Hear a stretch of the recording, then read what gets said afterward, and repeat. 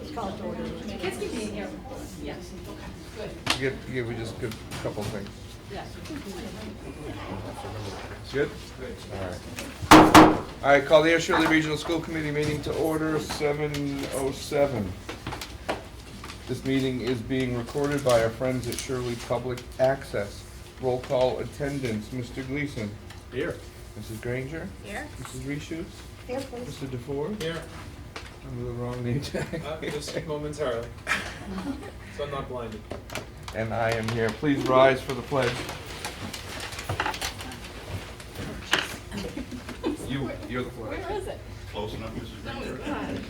I pledge allegiance to the flag of the United States of America and to the republic for which it stands, one nation, under God, indivisible, with liberty and justice for all.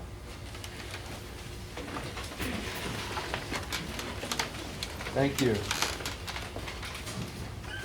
We have a lot of public participation at our meeting, and I invite, who am I inviting to introduce our showcase? We'll move our minutes down Our in the two meeting. principals.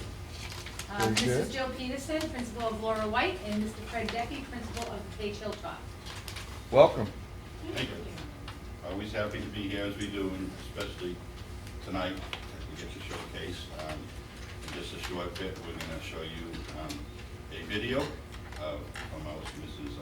Lewis is going to come up and demonstrate, and then we're going to, before that, I think we're going to have a great demonstration by some of these kindergartners from Laura A. White, but we're here especially to thank and recognize the members of ASF, who we all know for over a decade now has given the schools over $250,000, probably close to $300,000, I think. We just have to pay out the money.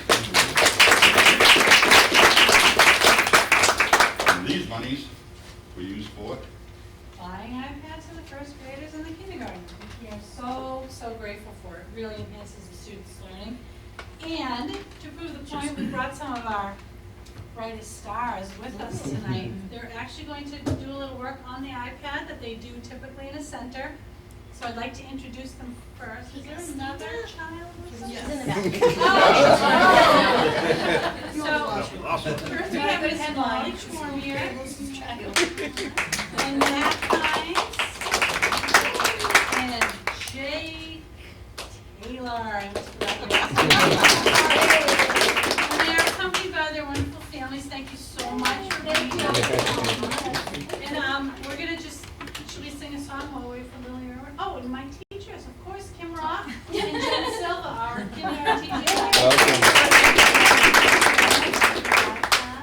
Hello all. Hello. Thank you for having us. Face the camera. They got him. Thank you for having us. We love having the iPads in the classroom. Yes. And what do you guys think? Love it? Yeah. Absolutely. And our other friend Lily's coming on in. Lily. Yay, Lily. And we wanted to ask the kids a couple of questions about the iPads, just to get their feelings on it and how they use them and what we do, things like that, right guys? Yes. So do we use anything with the iPads, or do we just grab them and toss them around? What are they for? They're for learning. Do we just turn them on, or do we need to use something with them? Do we put something on when we use them? Headphones. Do we have any other tools we use when we use those iPads? Osiris. A timer. And a timer. So everybody gets a turn, right? Yeah. We need to do that because we have to share, right? So do you have any favorite games? What's your favorite game? What's your favorite learning game?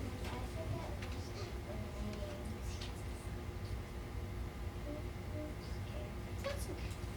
You were learning on it. It's awesome. Do you have a favorite? Epic. So what does Epic do? Can you tell them what Epic does for us? Good.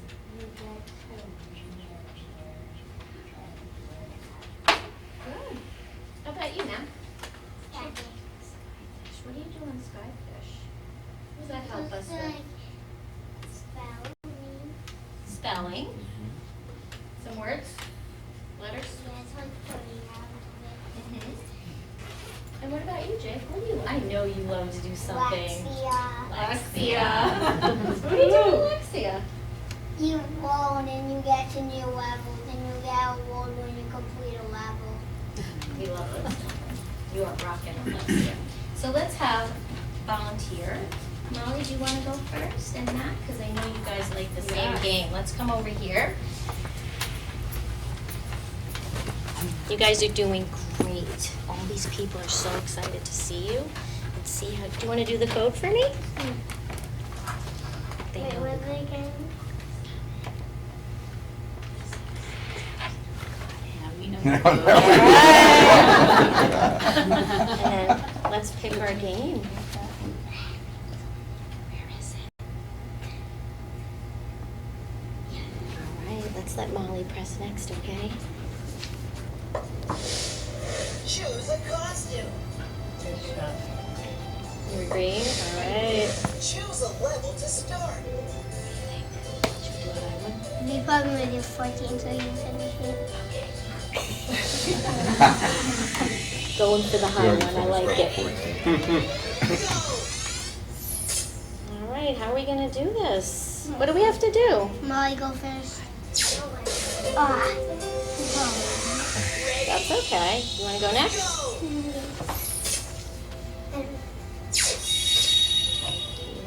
Go ahead. Molly. Actually, I'll go. Okay, I'll go. It's a tricky level. This is the highest. Oh, what do we do now? Jet into Me net. first for the word. All right, what do we have to do?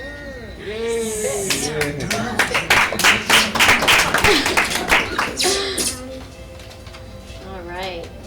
Let's end this game and let the others have a turn, okay? Okay, how do we do that? How do we get out? Nice. All right. Who wants to go next? Jake, come on over. I'll go over with you. Don't worry. All right, Jake, what are you picking to show? Lexia, something we do in the computer lab, at home.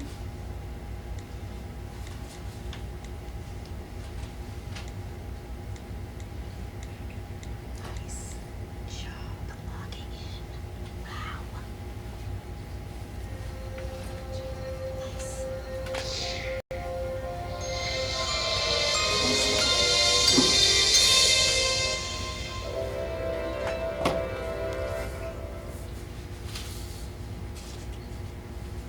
Get ready to warm up. This is your high score. Now try to beat it. Choose the vowel team you hear. Ready? Go. Nail. That's tricky. A. Cheat. Nice. Goal. Mhm. Oat. So I want all of you to know that Jake is at a very high level. These are vowel teams, and he's doing awesomely and is motivated every day to go to a higher level. Seam. You are doing great. Weed. Two more. Good. Clay. Very good. Let's stop now Meat. and let Lily have a turn, okay? Okay. Thanks. Nice. You want to try it, or you're good?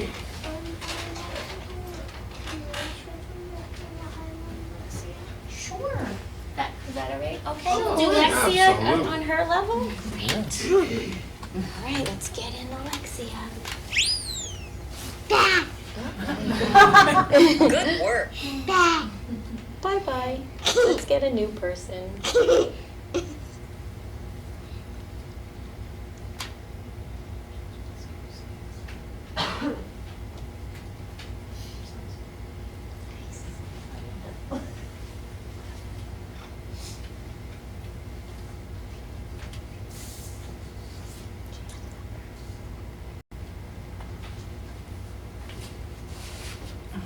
Are you really, Erwin?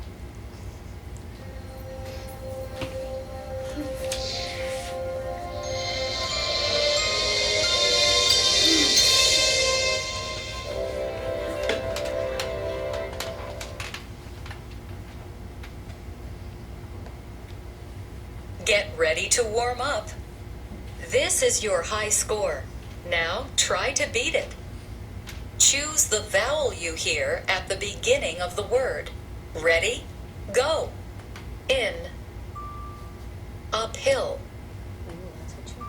Got it. Instrument. Operate. On.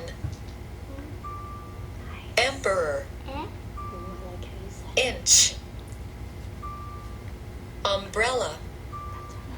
Escalator. Otter. Ill. Echo. Absent. Olive. Ignore. Answer. That's good. That was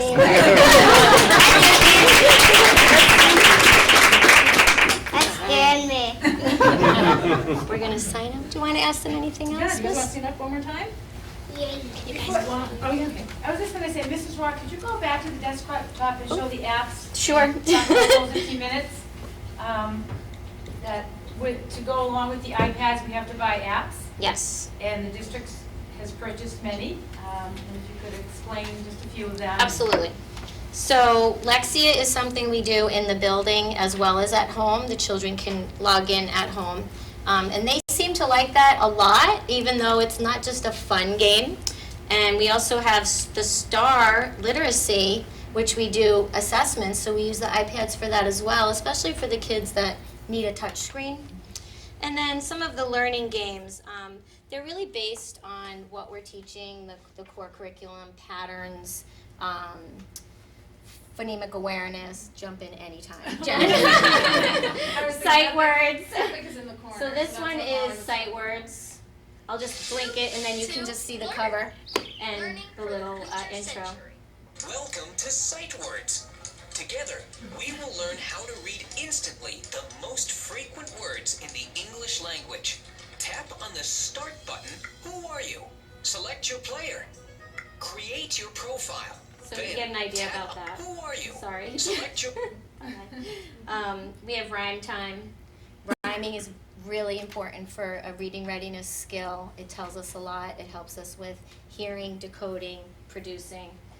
And there's different levels of that. Which one do you like? I was just looking at Epic. That's the one Molly said she really likes. Epic!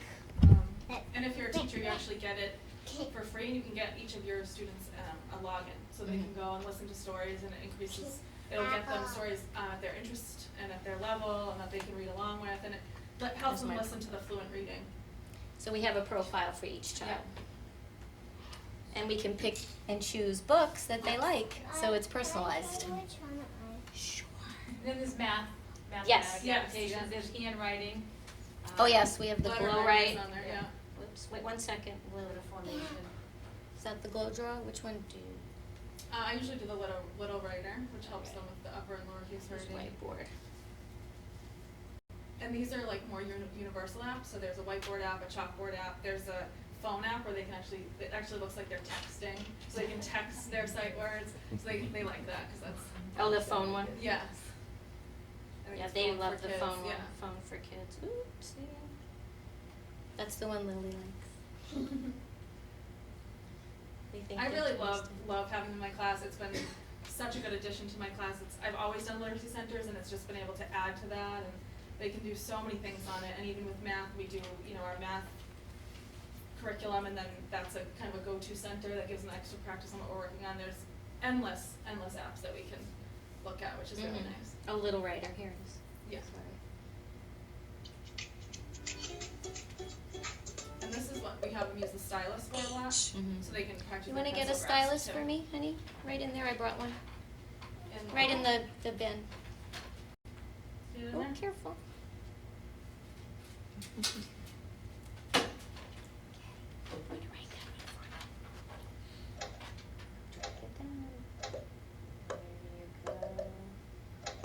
And this one will correct them if they start the wrong way. Great job. You wrote the letter H. L comes out. Want L to come up? How about K for me? How about R for Rosie? Awesome. Okay.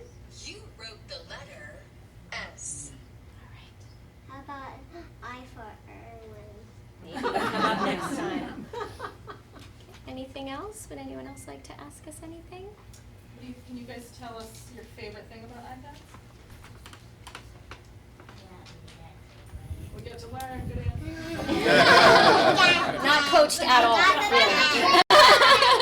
It's fun to play on. It's fun to It play on, is, they it's are fun. I love Exactly. You love Lexi. Yeah, what about you, Lily? What's your favorite part? You guys play games. Awesome. And learn at the same time, right? Thanks, you guys. Good job.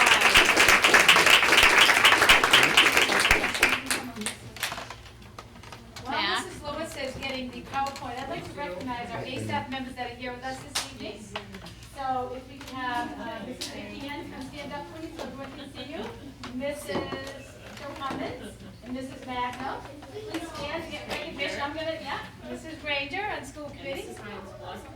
And Mrs. Hines. So they represent the organization, and they're very judicious about making sure that the award grants based on educational foundations, and that it's really going to impact instruction. So you can see that, I came and presented that grant, and you can see the fruits of what you supported in schools. The impact grant. The impact grant, right. So it's, so we thank you. Had an impact. And Mrs. Lo- either way, yeah, but you always like to see what, how it's being used and how it's, our goal is improving student achievement. Mrs. Lewis has part 2 of the presentation. Right, we put a presentation together between Laura White and Paige Hilltop with kindergarten and first grade using iPads, just so you can see them actually in the classroom. It's pretty quick, so hopefully it has a voiceover. You won't have to see your name.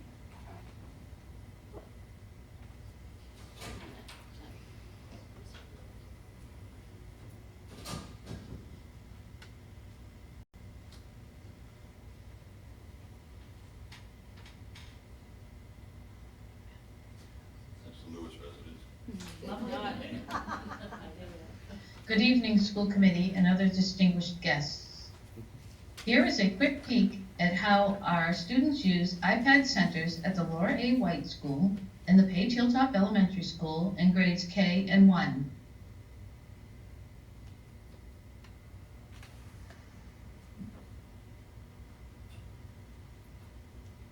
This first grader is learning how to spell words with a CVC pattern, or a consonant short vowel consonant pattern.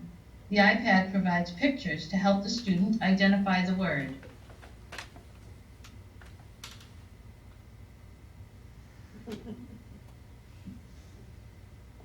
Here are 2 first grade students. One student is learning how to sort words. This will enhance her vocabulary bank. The other student is discovering how suffix endings change the meaning of a word.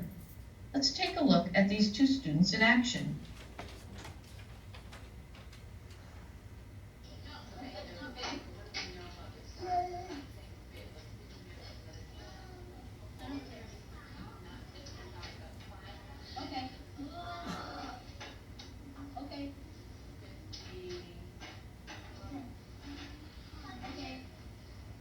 She's telling them how to do it. A little collaboration there. There you go.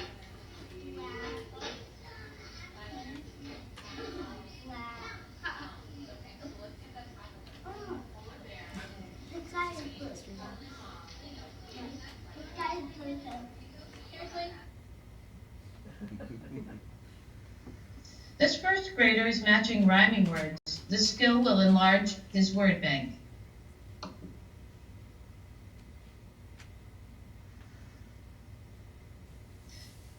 This first grade student is using pictures to help him distinguish the spelling of a word. Let's take a moment to check it out.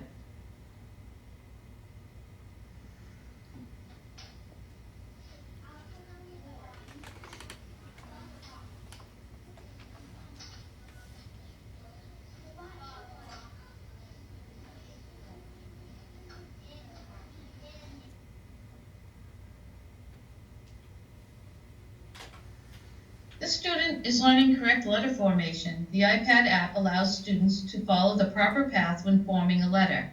Let's see how this student uses this app.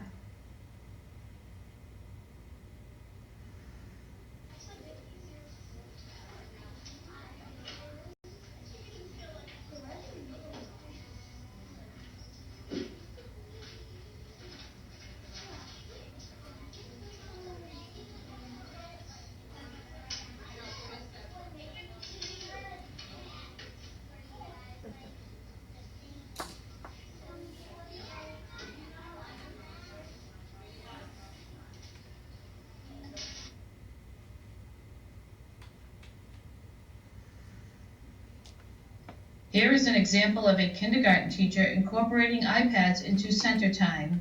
Note the yellow arrows indicate the icon for iPads.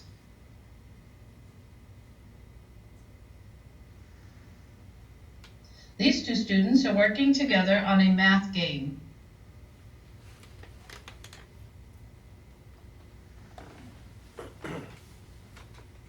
Here is an example of a center that is set up at Laura White School in a kindergarten classroom.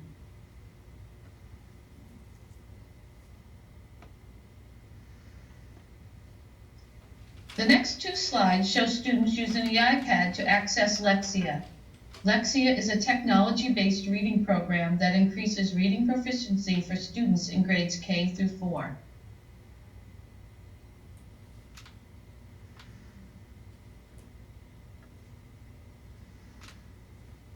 The next two slides show kindergarten students matching upper and lowercase letters.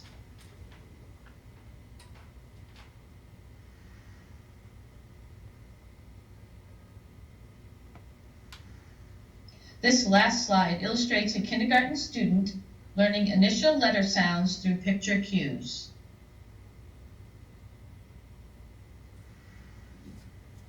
That's it, that's the last one.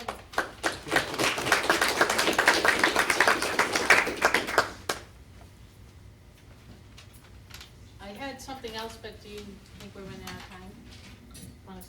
It was a storyboard that a kindergartner did, but I didn't know if they could pass it around and just look at it. but- Sure, go ahead, yeah. Any questions from anybody? Comments? So this is from a kindergarten room at Page Hilltop, and children are able to use the iPad to design a story, and then they use the voiceover to narrate the story. And then the teacher types in the words that the children are saying, so that when they play it back, they can actually see the words and follow them. Really helps them with reading. So I won't play the whole thing, but it's kind of cute. I don't know if you can hear that, but Yeah. Oops. Only do a couple here. Wow, look at these palm trees. Oh, wow, look at that rainbow. He likes to start with wow. It's wow on it.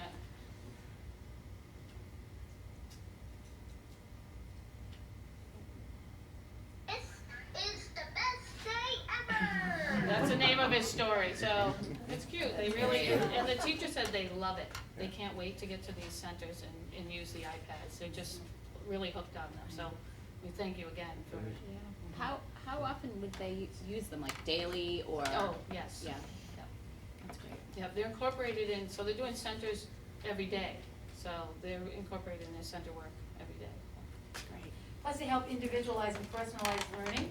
So if a student needs to work on letter formation, that student can work on that. Another student might need to work on, is an emerging reader, and is going to work on that storyboard over there. So you can individualize and personalize the instruction, which is really helpful for teachers. And of course, the kinesthetic, with the students holding, touching, really engages and immerses the learner in their learning. And they enjoy Thank you very much. Thank you. Thank for you. everybody. I do Yes. like it because, first you're kind of apprehensive in a way because you see children out there with their parents all the time and their iPads or whatever is used kind of like a babysitter type of thing.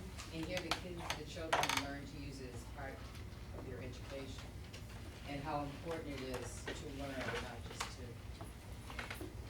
Play. prepare yourself. Play, yeah. Just, one more question. Can they, so the Lexia that Jake enjoyed so much, can his mom put that on her phone so that if they are out, she can, yeah, so that's fantastic. And they see the phone and as educational games as opposed to just, games in general. And Lexi actually goes all, it's not just K1, 2, I mean, it's the order thing we're using it. Yeah, great. And Mark, we take 30 seconds, Maureen, and plug the upcoming Day Revolt race coming, because that's the big fundraiser for ASAP. We've been saying it since last year. It's announced at the end of It's every school announced at committee every meeting. school committee If meeting. you don't know about that race, then I don't know. I know about it, I want to make sure everybody else knows to come. I haven't missed one yet. We announced both of Please them. don't forget to come out for the Yes. You can come too. Yes. It's about parents. Every school committee meeting, Mrs. Granger reads the upcoming events, and we announce district-wide, anything that's upcoming in us, usually 2 months ahead. Well, not the Bresnahan one. Oh, That's been on longer. since months. September. We started, our first school committee in August, that was the first, Yeah. event on our calendar, was. And every month thereafter. Well, thank you, ASAP, for making it possible. Thank you to the teachers. Jill, Fred, thank you for showing us in action Yes. how it's enriching the program. And- Kids really, it's great that they can. Yes. So much. Yeah. Yes. Clearly prepared well. Yeah. Well, yeah, I mean, they are, obviously have a lot of spunk and personality, but they really enjoy the learning. Yes. So we got over our stage fright Yeah, real quick. she was- Yeah. She did. And so do the teachers. Yeah, Mrs. Rock was great. One more question, Jen Silva. Jim? As a parent of a soon-to-be kindergartner, do you guys have a list of those apps that you use that maybe you could share, not only with myself, but maybe in a kindergarten welcome packet? So, I mean, I was sitting there trying to find them on my phone while you were doing this, because I'm like, oh, that's really cool, that's really cool.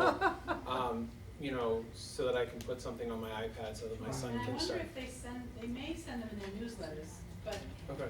that's absolutely, we could do that. Part of the K orientation, the things we have coming up this spring, we could include that in Yeah. the packet for parents. On the We could website. get it up on the website, yeah. Yeah, we're developing a parent resource tab and listing a lot of these resources there as well. Some of them are free and some of them, no, you have to purchase them, but a lot of them are pretty short money, 99 cents, $1.99. Yeah. They're very, very reasonable. That's fine, thank you. I want to thank everybody for coming. This is so important that we share this with the public in this venue, so thank you. Absolutely. Thanks, Sarah. Thank you.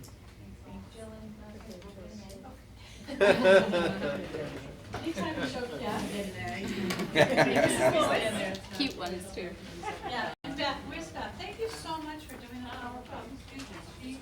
She did it all. We sent the pictures and ta-da. Magic.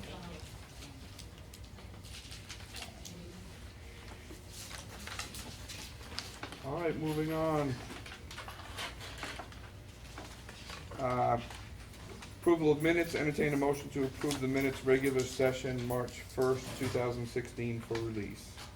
Mr. Chairman, I make a motion that we approve the minutes of Tuesday, March the 1st, for release, 2016. Second. Moved and seconded, discussion, correction. Seeing none, all those in favor? Aye. Opposed, none, approved.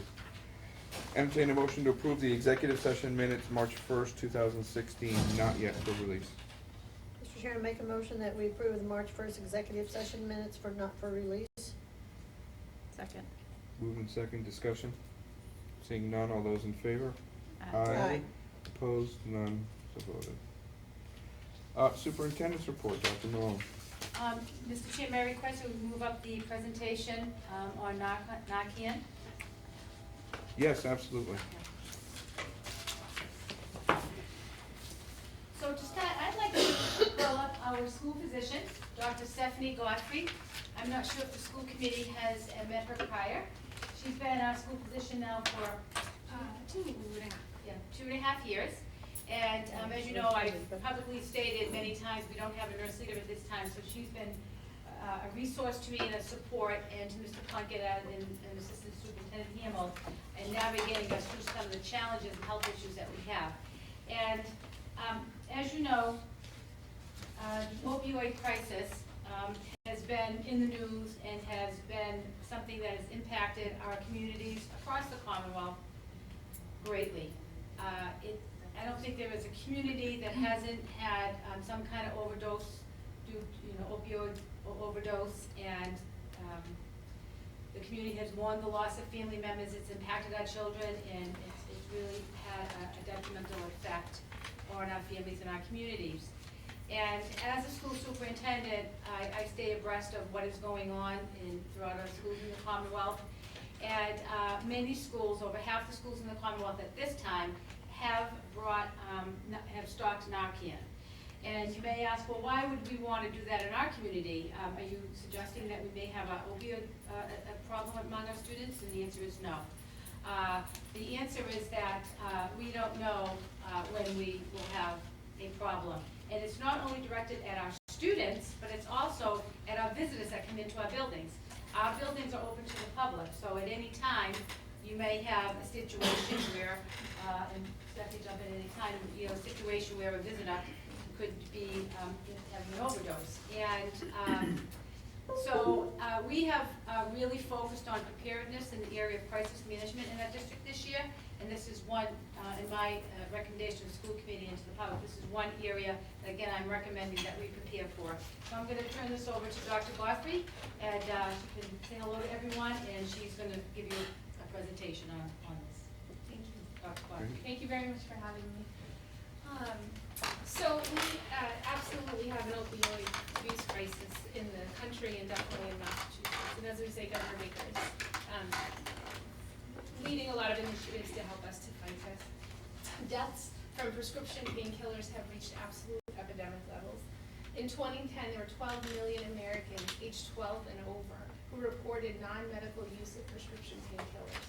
1 out of 4 teens reported abusing or misusing prescription drugs once in their lifetime, and 1 out of 6 have done it in the last year. The Substance Abuse and Mental Health Services Administration National Survey on Drug Use in 2013 revealed that 2.2 million adolescents aged 12 to 17 reported current illicit drug use. So, opioid overdose symptoms. Unresponsiveness or unconsciousness, shallow stopped breathing, pinpoint pupils, and gray or pale skin. So an available treatment is naloxone. Naloxone prevents overdose deaths by reversing the life-threatening respiratory depression. It has the potential to immediately restore breathing, and it gives families a second chance to help get these people the help that they need. It blocks the opioid receptors from circulating, the opioids that are circulating in the blood. It blocks it from binding to the receptors, and it does it very quickly. It can be administered either as an injection or more safely as a nasal spray. Paramedics and emergency department physicians have been administering naloxone for overdose emergency response for decades. And now there's a big initiative to make it available practically to anybody, including the lay public. So the school nurses have a unique role in that they respond to emergencies. They possess the education and knowledge to identify emergent situations.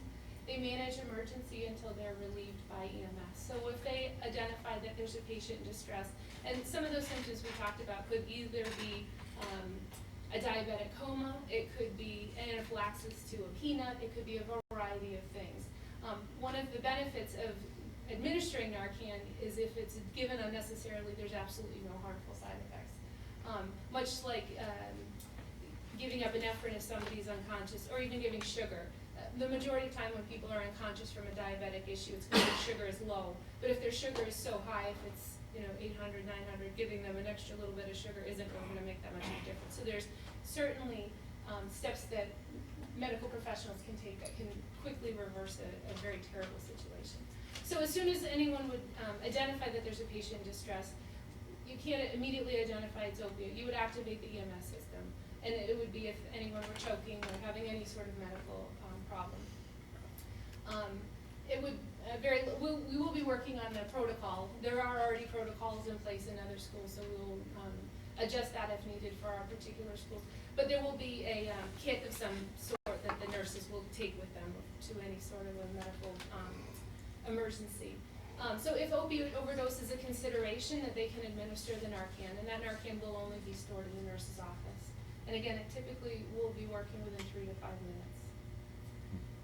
As I mentioned, the risk is extremely low. If you give Narcan to somebody who has not had any opiates, it will not make any real impact on what's going on with them at that moment. Whereas it could absolutely save the life of somebody who needs it.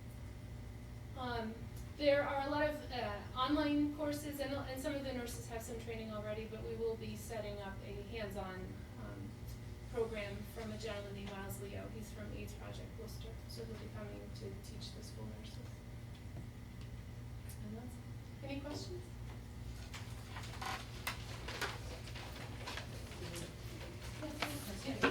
So only the nurses will be trained? Because I'm just wondering about after school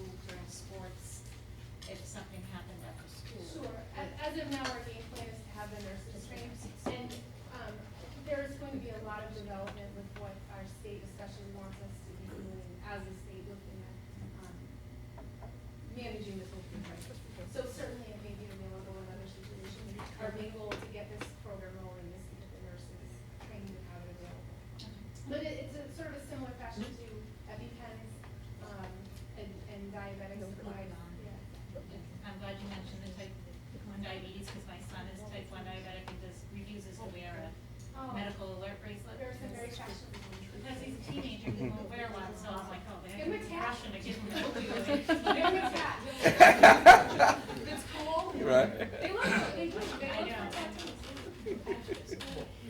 One of the other things that I just feel as a superintendent and as the Governor Baker has passed that bill and eventually we will be screening our adolescents, that it's about supporting the community, supporting the state in their efforts. So we're joining in to in our preparedness to save a life if that should ever be presented to us in our schools. And again, just the act of stalking Narcan is sending the message that we in ASRSD support the efforts to combat this crisis and to help those families that are, and those children that are impacted by having family members that have a serious addiction. Isn't there a program that's going to be presented in our auditorium? Yeah. What's, The somebody 29th. gives me the date real fast. The 29th. The 29th at 7 o'clock. March 29th. That's done by a committee. The opioid crisis. Yeah. Oh, I'm sorry, I'm thinking, yeah, oh, yeah, Right. at the middle school auditorium, yes, the Right, that's Shirley, very- right, and this is our piece, we have a committee that is having an opioid forum. And all of the citizens in here in Shirley, and really any of the surrounding towns, are certainly invited to come. And I think they're have some speakers and some actual,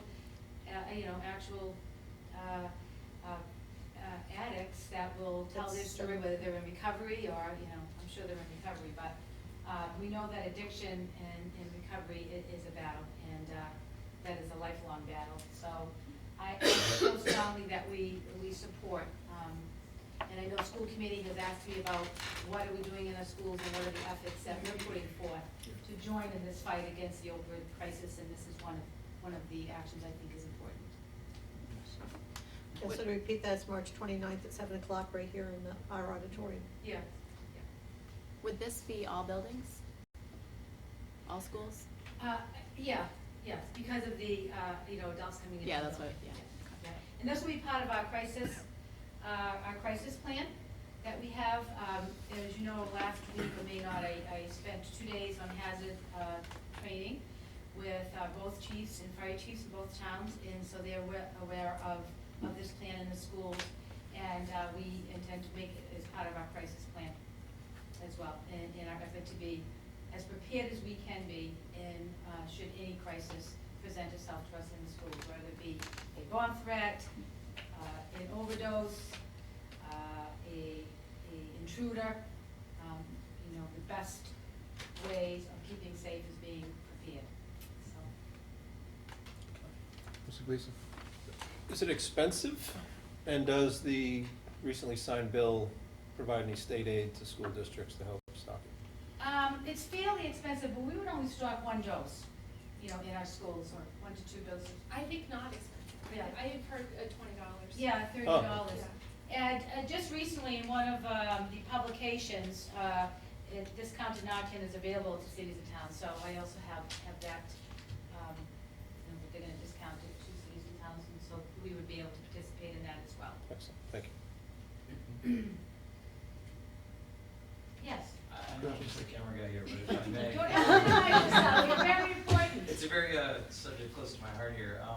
But I was an opiate addict for 8 years, and the stuff you're talking about here completely saved my life. I OD'd 4 times and this saved my life. I was pronounced dead twice, and this stuff is a lifesaver. If people knew it was out there, people would be cured instantly. It is a cure, and I'm so glad you guys are bringing it to schools.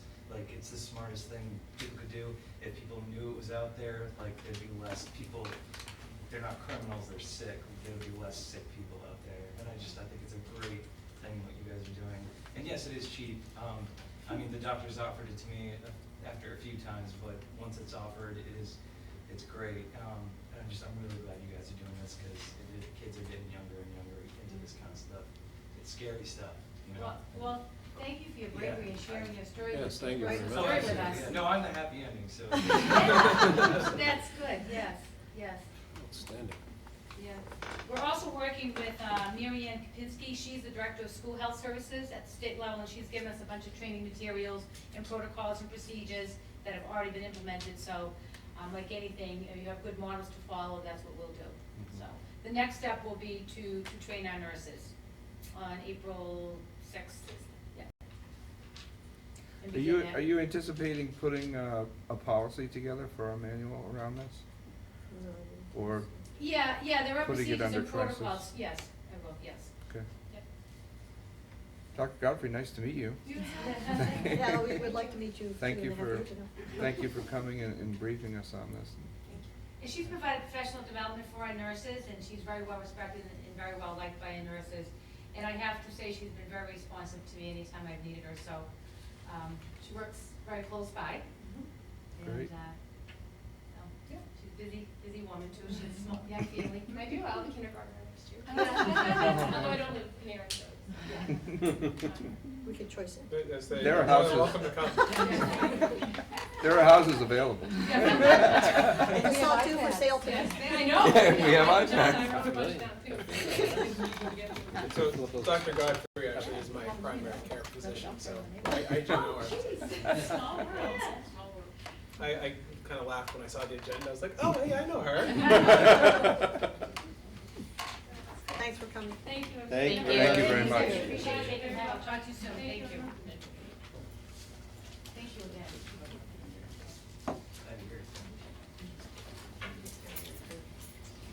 again. Dr. Malone, we want to move on. We'll program of studies before going back to your report. Please, Mr. Chair. Mr. Varga? Good evening. Welcome. Cynthia Sullivan is here with me, who is our school counselor at the high school. She does a lot with college and career readiness and assists in putting the program of studies together. So we are here to answer any questions regarding programming, any additions or deletions. So the floor is open. We'll be able to answer any questions you may have. So the yellow highlighting is what? Yeah, could you please give an overview of some of the additions and changes? So what we've tried to do, such a lengthy, detailed document, was to highlight our additions so that it would be easy for you to peruse the new program of study. So if Mr. Varga, you could point those out, please. So anything that's highlighted in yellow is a new or updated course. Anything that is highlighted in blue is a word change or grammatical change. On the very back page of the program studies, there is a summary of program changes for the upcoming school year. Perhaps one of the biggest changes that I'd like to explain is in the Fine Arts Department. Typically, we've had drawing 1, drawing 2, painting 1, painting 2. They've all been separate courses. Mr. Ryan, our Fine Arts Department liaison, has been talking to high schools and colleges. And students who want to pursue a degree in art need to put together a portfolio as part of their college entrance. And what colleges are looking for is more of a series of courses that are condensed. So he's created the Studio Art 1, Studio Art 2, Studio Art 3 courses, which would lead to Advanced Placement Studio Art, which is the actual making of the portfolio to get into art school. So although it may look like courses have been deleted, they've actually been combined to follow this new model, which several high schools are using. In the AP, he wants to actually put the AP Studio Art course in, because over the years, we've had students do it as an independent study. Very few students go that route, but it would be good for them to have the AP credit in transferring that into their college curriculum. And the AP will be available next year. right? Well, we have a student this year who's doing the portfolio, Yeah. so she'll have an AP score, Yeah. but it doesn't reflect that on her transcript because we don't have the course. Right. So, But I mean- but next year, he is gonna put the syllabus in to the AP ledger, and it'll get approved, and then we can actually put AP art, studio art on the transcript. We have probably, I don't know, 5 kids within a 4-year span period, maybe a little bit less, that actually pursue art school. And That's probably right. the portfolio is a huge part of getting in. So to add the AP course as well as condense the courses to what these colleges are looking for makes a great deal of sense. But it's not just the art students. Students going into architecture, for example, need to present a portfolio to their colleges, and he helps with that as well, in the art portfolio. We had one student last year, I believe, that was going for architecture. I think he ended up at UMass Lowell. That's know who what it I'm was. thinking about, but, so Mr. Ryan has worked hard on revamping the entire fine arts department, and I think we're gonna be better off for that. Another highlight I wanted to show was the computer programming course. Tracy Carpenter, who's our computer education teacher, she has been working with Harvard University all year. They have a similar course at Harvard that they've been sharing with local high schools. So all the training she's been getting is free. She's been going to Harvard, she's been watching how high school kids compete, because there is a competition there yearly, and she's been taking a look at the curriculum. Her goal is to roll out this computer programming curriculum next year, and then move toward advanced programming, which would ultimately be an AP course. So she's been doing a lot of research and spending a lot of time this year, and she said the best way to go about this from speaking to other high schools is to roll out the computer programming course first, and then go toward the AP. And that's her rationale behind that. Well, you'd have to take computer programming, it would be a prerequisite for AP as Right. well. So any student who wants to, so computer programming is part of our STEM pathway. Yes. So if you look at the beginning of the program of study in our pathways, we've added some courses to strengthen those pathways and to make it clear to our parents what additional coursework. So if you look at the honors class, we've had added the AP Language and Composition, which is a new course, AP course for this coming school year. We also I've communicated that all of our 9th graders will be taking biology, whether it's a CP or an honors biology, which is a more rigorous program and is more challenging for students and enables students to complete math core requirements as well, to complete the requirement of the lab. You want to add some other things about the pathways that we changed, Mr. Vaughn? One of the important things about moving biology up to freshman year is if a freshman takes biology in 9th grade, in 10th grade they would most likely take either chemistry, college prep, or chemistry honors, which means by junior year they would be able to take AP chemistry, which is a new offer next year, or AP biology, or in some cases both. They could take one junior year, one freshman year, or if they wanted to go the physics route, they could take physics senior year, they could take physics senior year and still get in another AP science, whereas in the current year, that's not an option right now. So by advancing things, it's giving students more of an opportunity to take more rigorous AP courses and to earn college credit. And to spread them out across the years so they're not all trying to do everything in their senior year and losing their minds. So more students, we want, as you've heard from Mr. Smetsky from Mass Insight, we want more students. I think this year we have 11, 12th graders taking the AP course and 1 junior. I'm sorry, last year, that was last year. So, and this year, how many juniors do we have? in our Juniors, AP? there are 2 or 3. Yeah. But they're all in the bio. Yeah. Actually, no, I've So- got one in physics. So we want to increase juniors, taking AP as well as seniors to spread it out. One of the other things that is a change in the program of studies for next year is some of the elective offerings. So if you'd like to speak to that, please. I'll just preface that with, this year I know that parents, there were parents that were quite disappointed that their students had a study and sometimes two in some instances. And, you know, we're gonna rectify that for next year in the scheduling and in our elective offerings. We've added some additional electives, starting with, this is Peggy Twist, who is our library media specialist. So we'll start with her course. Sure.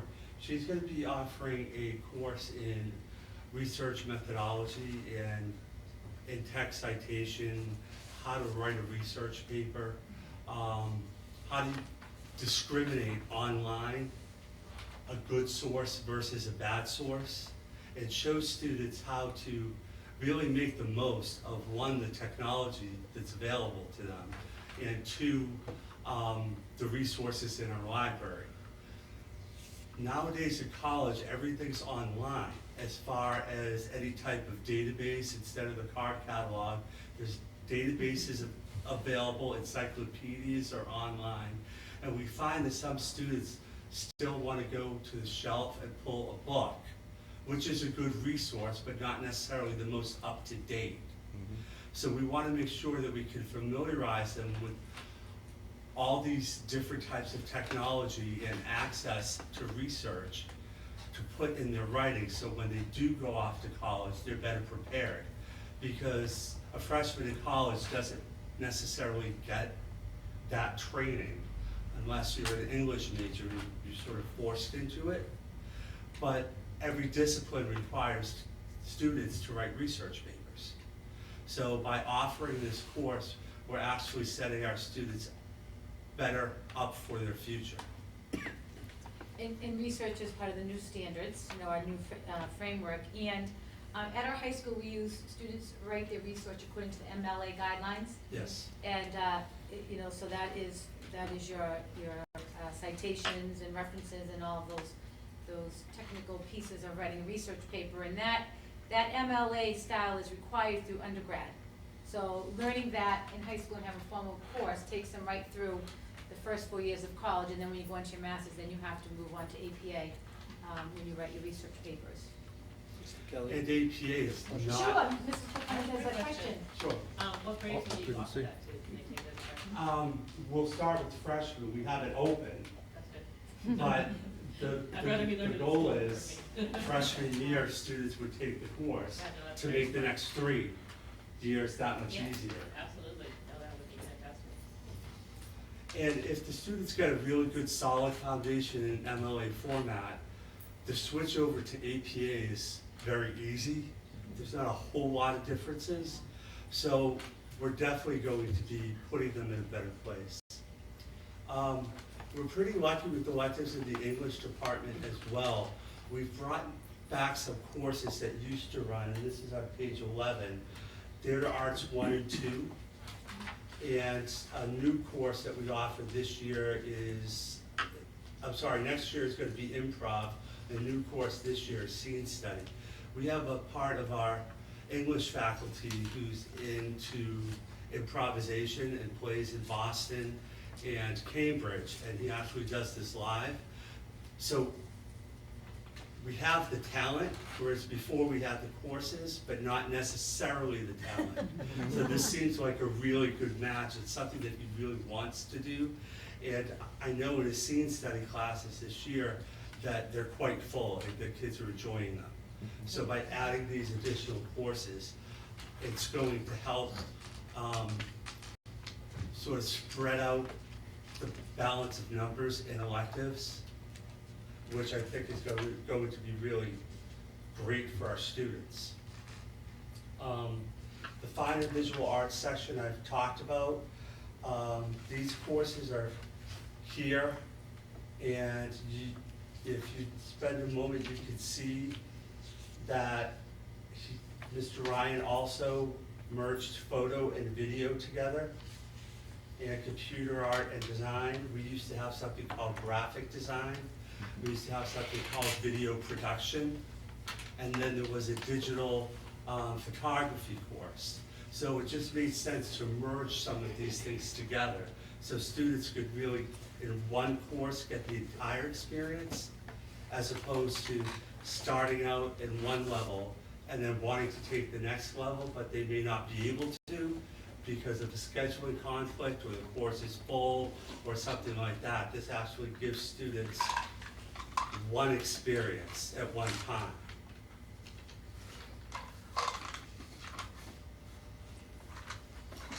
Another new course is on page 15, it's alternative physical education. There are, sometimes students don't like the competitiveness of physical education. They may be students who are shy, they may be students who may not be on a JV or varsity team and they feel like they have to be in order to participate. What alternative physical education does, it introduces students at a less threatening level of PE. It's based on games like ping pong, badminton, basketball, maybe 3-on-3 instead of the full game.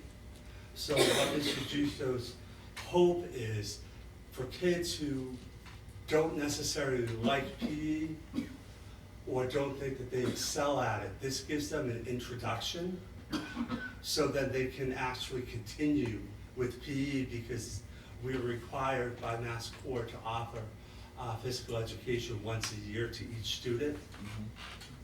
And students who don't necessarily like PE won't sign up for it again, or will sign up and not participate, which is the same as not signing up. So we're hoping that the addition of this course is going to get everyone active and everyone involved. Do you want to speak to some of these? If you want me to. You're doing a great job. Yeah, he's doing fantastic. We had an integrated math 1 honors for our freshmen. So those students that are in, we want to talk about integrated math 1 in 8th grade now, may go on to integrated math 2, but may not meet the criteria and have the readiness skills to go to integrated math 2, and therefore would go into integrated math 1 honors. Right. And that's puts us in a unique situation, because although a student may have passed integrated math 1, they may not have gotten all of the foundational skills that they needed. So the integrated math 1 honors allows them to retake the course at a more challenging level, because they're not entirely ready for integrated math 2, which would mean by sophomore year, they would be in an integrated math 2 CP or honor section, and when the MCAS test rolls around in May, they'll be a lot better prepared, because they're not necessarily just passing the course. They've had integrated math 1 in 8th grade, the honors level in freshman year, integrated math 2 CP or honors sophomore year prior to MCAS. I'm going to have Mrs. Essalona speak about advanced mathematical applications. Because you knew that was my favorite subject? I knew it was. This course is actually the combination of what we now call discrete math and math excursions. So it's a project-based math course that teaches more applied real-world math concepts. So to those students who are not necessarily going on to our advanced algebra or pre-calc or calc. So it's much more of an applied, hands-on, project-based math course for those. And that gives students the 4 years of math. Correct. So that it meets the A. Shirley Regional High School requirement as well as the Mass Core requirement. As well as college admissions requirement. And if a student is not strong in math and they do not score proficient on the math MCAS exam, they are placed on an educational proficiency plan. And what I guess we're lucky for is Air Shirley requires 4 years of math and English. Some high schools only require 3 years of math and English. So by requiring the 4 years and having a course like this that is based in application, If the student passes it in the final exam, they meet the state's competency determination for math, and we don't have to put them on a different plan. This will satisfy the educational proficiency plan. So it's not like we're asking students to take more classes in a subject that they find difficult. We're just asking them to meet our local requirements, which happen to also satisfy the state requirements.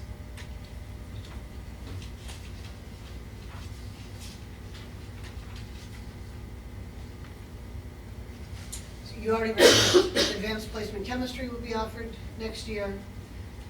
Physics honors, this year we didn't initially start with the physics honors, we had CP or AP, and there's a large group of students that honors is really the right place for them, so we've put the honors course back in.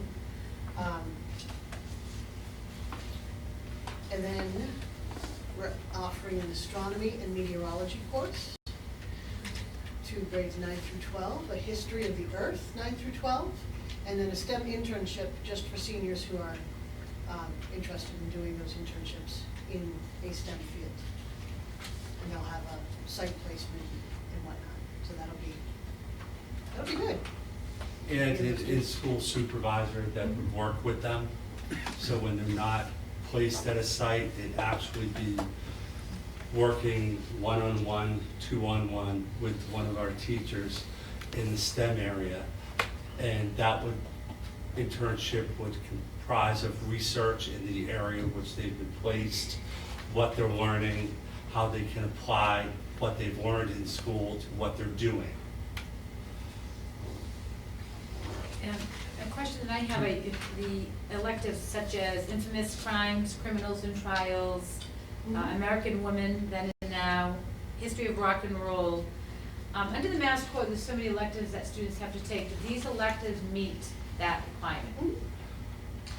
They meet that Mass Core requirement because they're offered in the social studies department.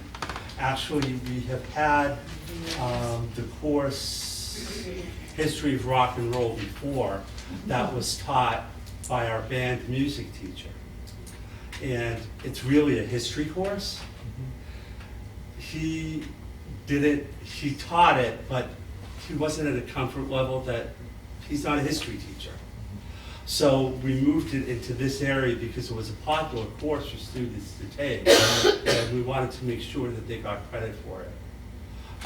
One change that may not be on the version that you have at the bottom of page 25, American Women Then and Now, that course title has been changed to The Evolution of American Women.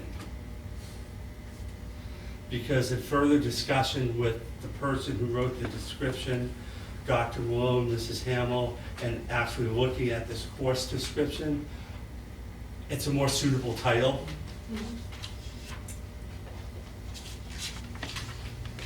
That'll be changed.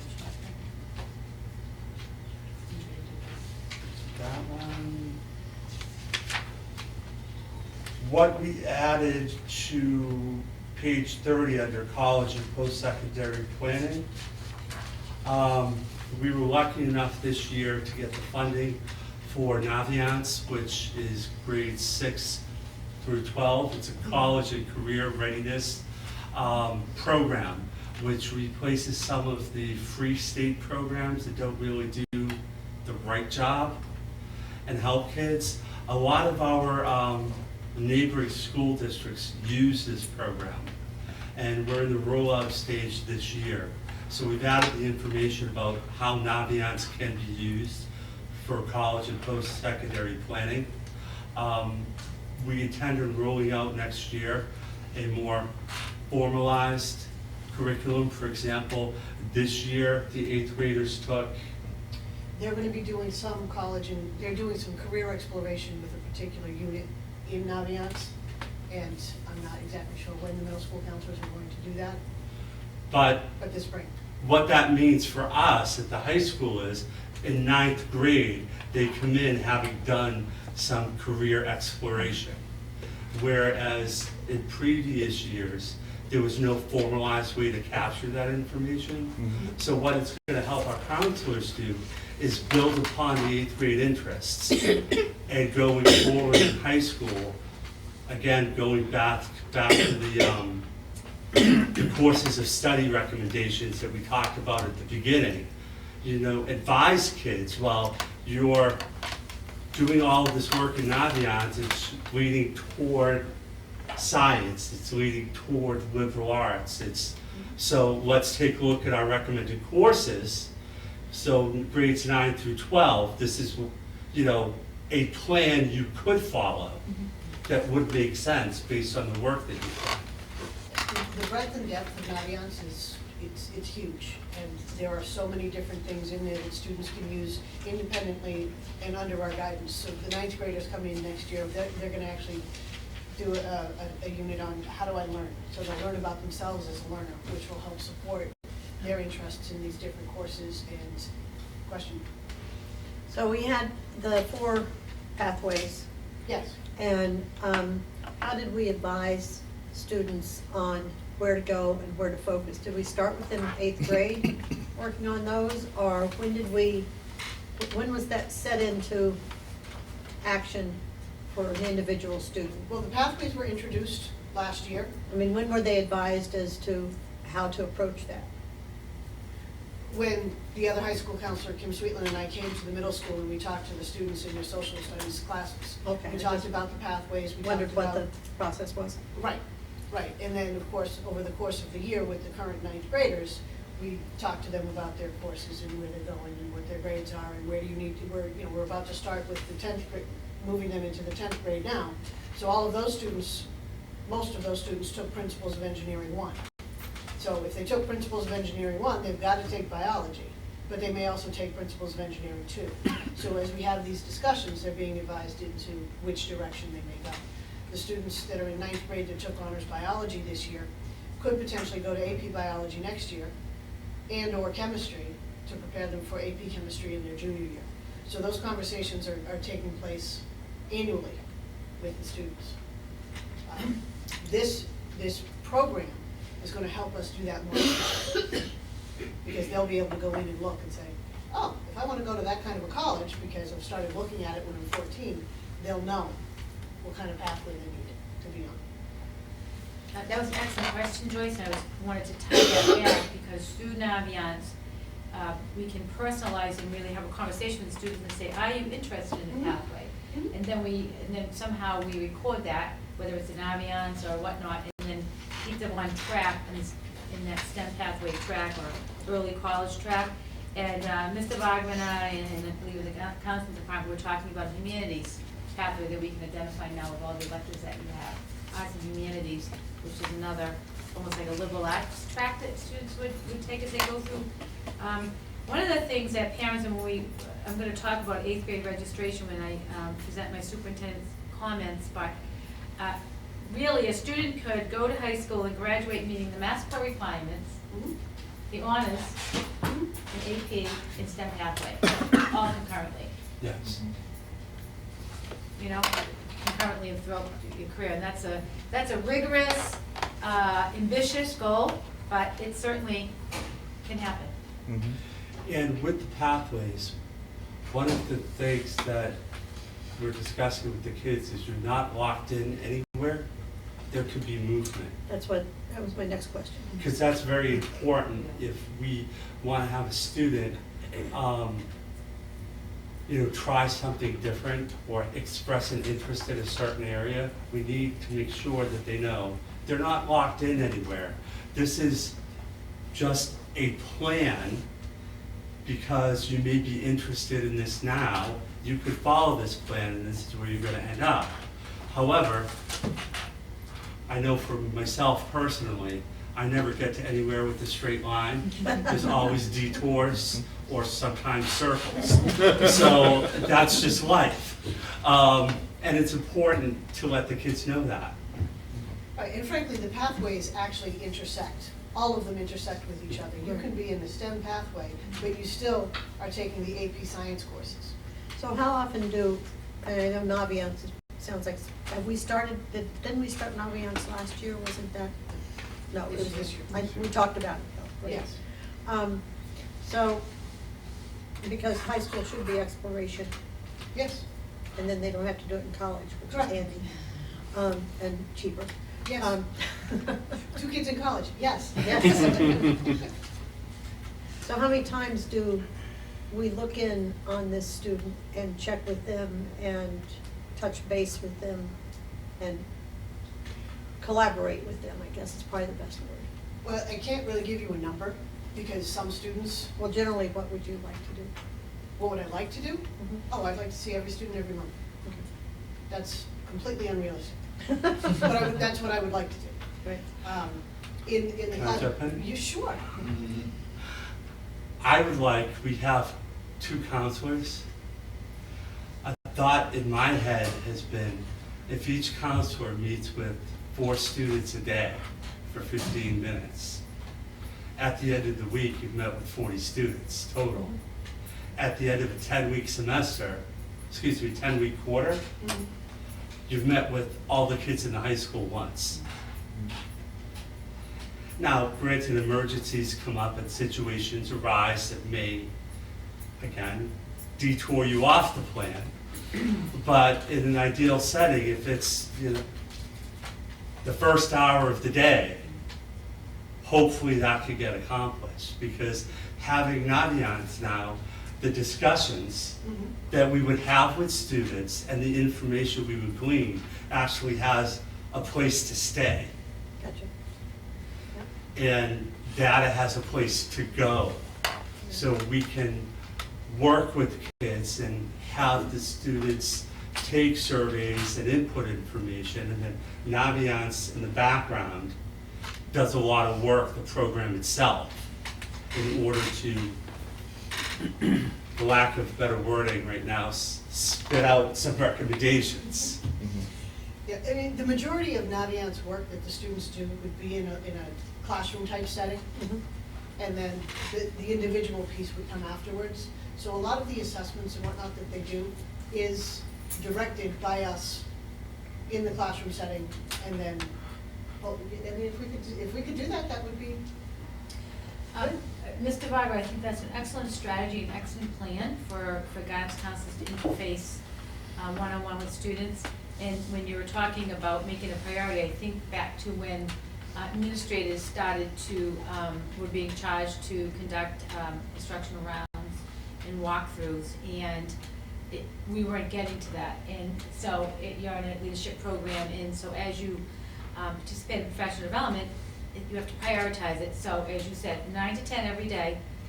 Do not call me unless it's an emergency. If a parent calls or something happens, then call me, but I am doing the most important work, which is getting into classrooms and observing instruction and student learning.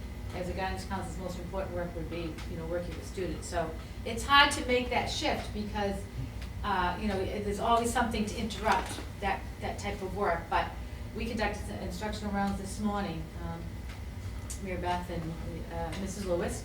It was excellent. It was, I could have thought of 45 reasons why I couldn't go, and what was due and what we had to write, but it's a priority, and it was really a really good experience. So.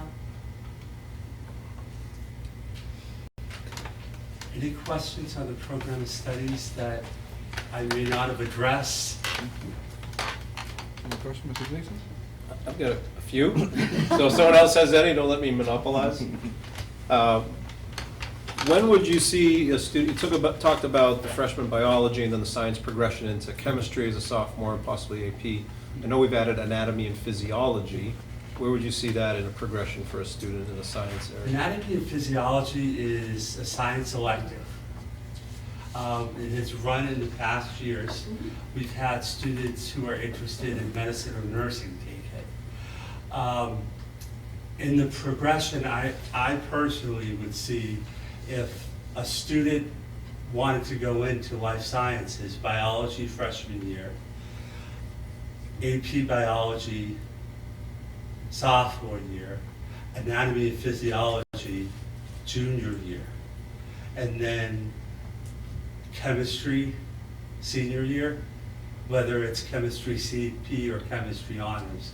The reason why I say that is because in discussions with Mrs. Esalonis, most colleges require 3 years of lab-based science.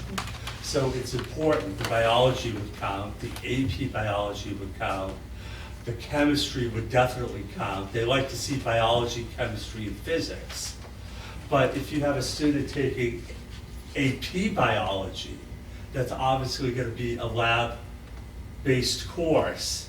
So that would satisfy the college requirement, and then the anatomy and physiology would further extend the life sciences and the students' interest in that. And I would add that the anatomy and physiology for most of the students in nursing or life sciences, anything going into medicine, that would be their 5th science, because I would not want to let them out the door without biology, chemistry, and physics. As the mom of a nursing student, you would have had your daughter take that class? I did. No. AP Bio wasn't a choice, but she took honors bio as a freshman. She took, what did she take? She's had so much chemistry. And over the course of the 4 years, she had college chemistry, college physics, honors bio, anatomy and physiology, probably something else. Probably Tech 9 or 10. Probably. Thank you. Look at her transcript. That was very helpful. So what it basically does is it'll put a student in a position who wants to go into that field, and instead of taking maybe an English elective or a social studies elective, they would take the science elective. And they'd still meet Mass Core, because those electives are not solely in one area. Got it. The rigorous courses and across the board. Excellent. More of a comment, but I would think one of the advantages of biology for all 9th graders is the ability to at least try the MCAS test at the end of 9th grade. And for ones that are successful, that's out of the way, instead of having to worry about 3 MCAS tests in sophomore year, balances their load a little bit there. I would just think that would be helpful to some students who might be stressing out about 3 MCAS. Absolutely, it spreads out the testing over the course of 2 years, so they don't have to be anxious about it any more than they are. On internships, do we have any discussions with employers in the area currently that we'll be able to offer, or is that an ongoing project that's, coming together? In the past, we have. My first year as assistant principal, we got students internships at Neshoba Hospital, Sunny Delight in Littleton, a hairdresser downtown Air. I can't remember which one it was. I think it was Owen Jacobs. It was it? Jacobs Owens. Owen Jacobs. And we placed actually another student at Neshoba Hospital. The first student we placed there was interested in nursing, and she actually got to work in research alongside the professionals at Neshoba Hospital. The second young man was interested in more like food service type of stuff, so he got to work in the kitchen alongside those people. The gentleman who worked at Sunny Delight actually got a job there after high school and was hired by them, which worked out great for him. So we try to, anytime we do an internship, we reach out to the local community, and they have volunteer coordinators, and when they hear that someone's interested in working and they don't have to pay them, they're very excited. Yeah, I think it's a great thing, but I also see it as a challenge to get up and running, so I don't envy you there, but I also think with a lot of people in the community work at local employers, and maybe somehow reach out to parents, and we got all the Devon's businesses now that are going. And I know Mr. Tully was gonna reach out to me, he has an internship available for students, I'm sure maybe he's already discussed with you folks. Well, that's the senior internship course, I mean, he would be the one that would do that. And it's all in STEM, the one that It Mr. is. Tully would do. But, if we make it public for Right. people to know we have it offered. Mock trial, I assume that's a course that we're no longer offering and not the extracurricular program being discontinued. Correct. Good, thank you. Right.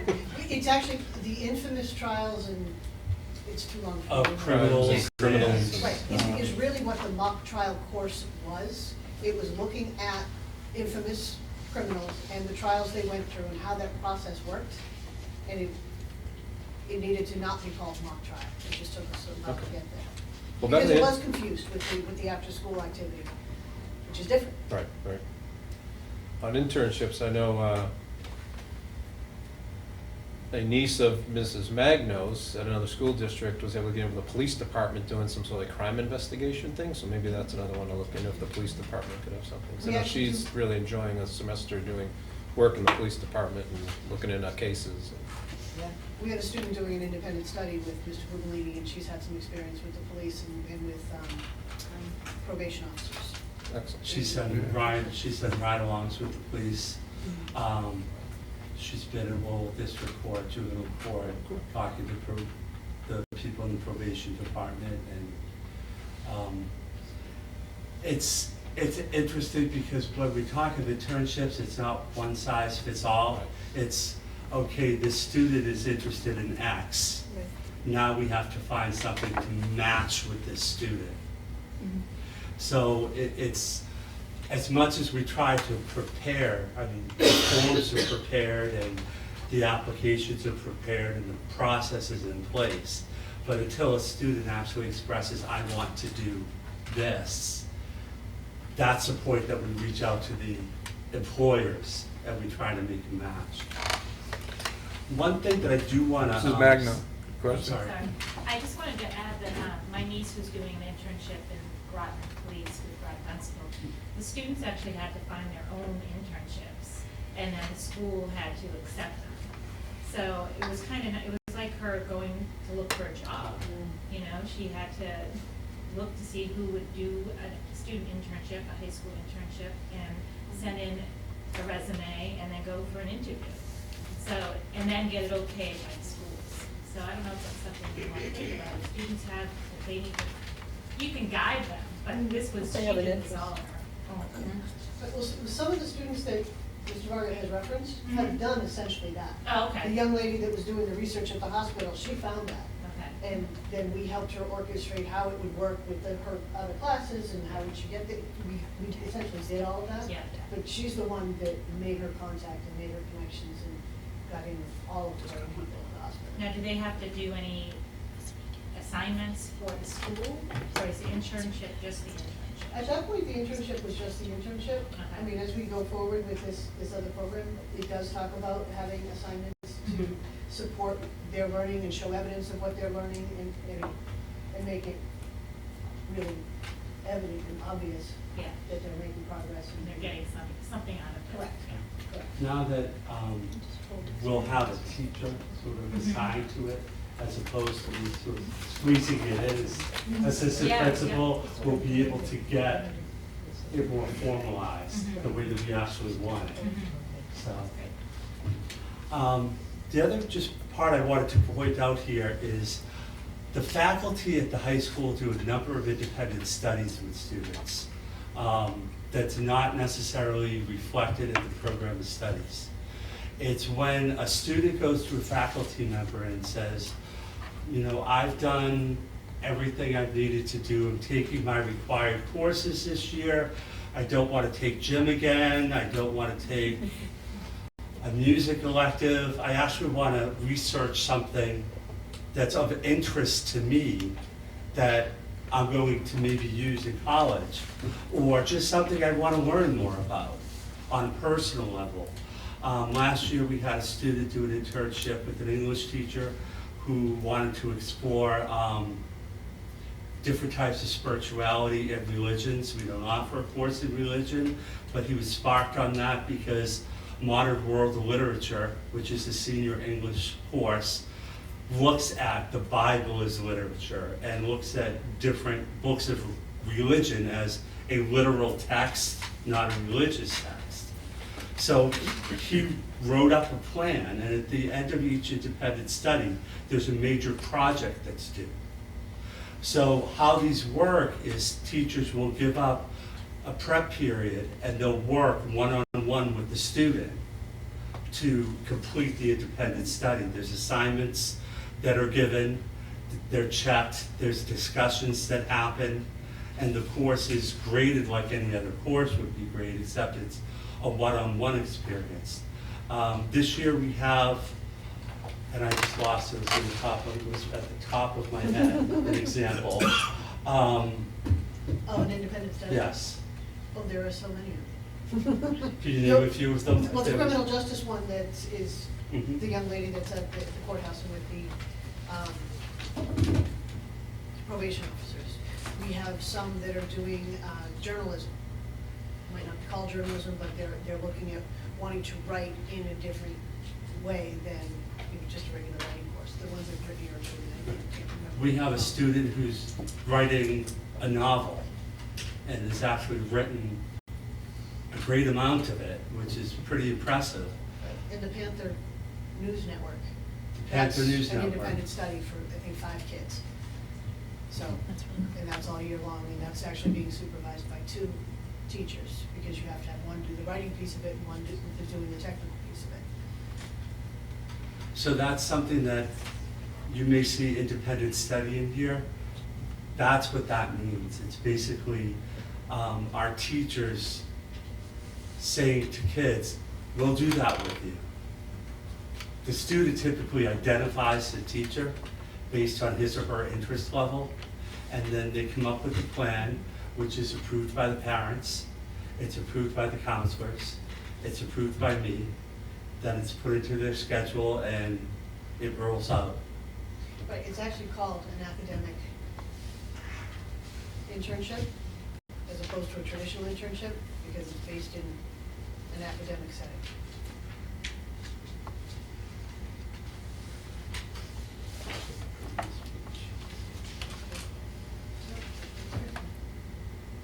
Independent academic, are you changed it just now? Yep.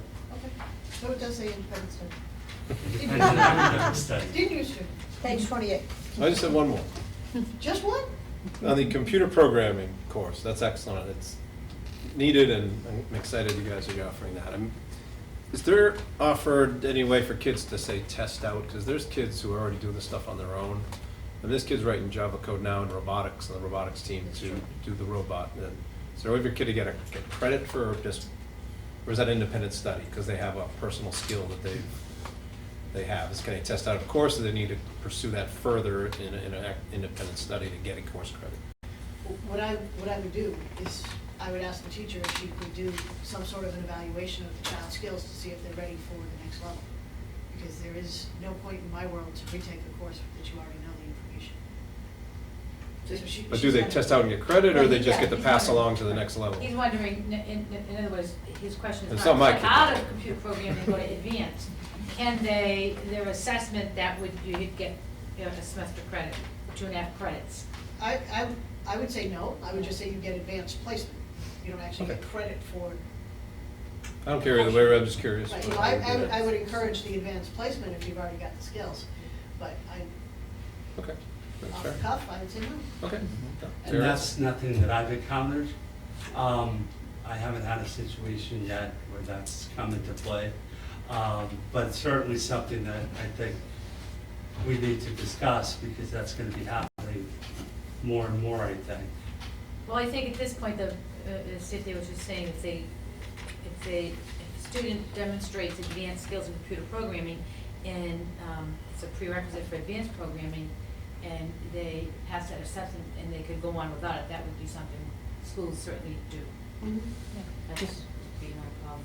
And what that would allow us to do in reality is extend the rigor, because if you have a student who's at a higher level than the basic, so they go on to the next course, and there's not a next course yet beyond that, it would be challenging us, okay, now we have to add to the program of studies, because we have students that have blown through, basically. They're coming in at a higher level, so we need to add on top of what we have.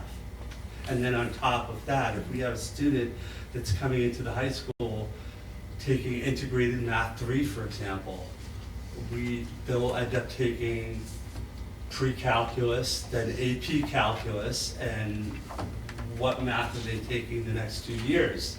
They're not going to take a math elective. We're going to have to explore calculus, AP calculus BC. So we'll be adding to the rigor of the program as we get the students.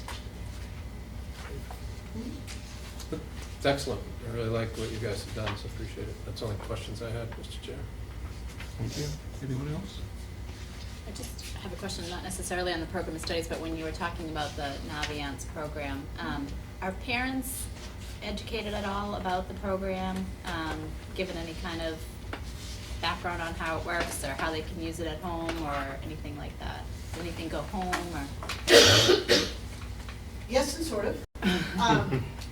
We just opened it up to juniors, so an email did go home to all of the junior parents, Okay. explaining what the program is and what they can do with it. We're having a juniors, targeted to juniors, a college admission seminar next week. Mm-hmm. So at that seminar, we'll talk to those parents about how to use it. And going forward, yes, we'll have figured out exactly how we're gonna do it, but we absolutely have to educate the parents on how they're gonna use it. You know, as I'm thinking, we're having an AP night, we haven't scheduled it yet, but maybe could piggyback, the AP night, I mean, the Naviance night on that, parents there, that might be a consideration. Is that, I just wanna, as I was listening to you both talk about internships, and I was stretching my thinking, and I was thinking, we can have students do internships in our preschool program, or our elementary program, that throughout my career, I'm thinking, I've seen all these internships, but I don't even really remember too many students doing an internship right in the school setting that were interested in education. So we have a really, good, solid preschool program, and I know most teachers would certainly welcome a student, a high school senior, particularly at the elementary level, and a middle school, I don't know, and even at, the high school. So we should really consider that, particularly those students that are following that career path of education and want to become teachers. Yeah, we've done that. We've had students that they do internships, essentially the independent studies with teachers in the high school. They're preparing lesson plans. They're going along with what's happening, understanding how you make a lesson plan and how you follow it through and how you actually do all of the assessments. And in years past, we've had kids go to middle school, or the elementary school, sorry. It's been a number of years since we had someone go to Peach Hilltop. Yeah. And as time passes, sometimes those ideas. Yeah, so, I have a teacher, a former teacher, both shaking heads saying, oh yeah, we'd love to have a student intern. Do they have to be fingerprinted? Good question. I think one of the problems with that would be that it wouldn't be after school, Not necessarily. The internship wouldn't necessarily, Well, they had to give up their coursework to do that. Yeah, internships are done during the day. Have they? But Yeah. it is a course. Like in the afternoon. Right, it's a course. So they would still need their math, English, science, social studies. Right. But instead of, Scheduling might be fun. scheduling is always fun. So what we're really trying to do is play to the students' interests, and with the population of students and the teachers and the program of studies, is to provide everything we can. And sometimes there are glitches in scheduling that don't necessarily allow us to do that. But we work hard to try to circumvent any of those problems and really meet the students' needs to capture their interests. Because if they're engaged, they're going to be motivated. If they're motivated, they're going to do well And they'll go far. and be successful. That's something Dr. Seuss said. Oh, the places will go. Places will go. Did I get that right? Yeah, Beth has to go? I didn't, Places sorry, they'll go. I didn't hear what you said. We're talking about Dr. Seuss. Oh. Oh, in the one of the places you'll go. Elementary teachers get Dr. stereotyped. Seuss Just was right. in All the it. Dr. Seuss. You can't quote It Dr. was Read Seuss. Across America Day just a few weeks ago. She can probably recite it. We do the Grinch, don't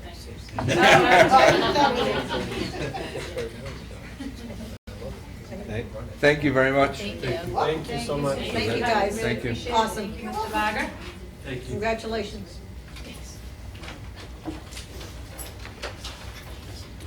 All right, Dr. Malone? Sure.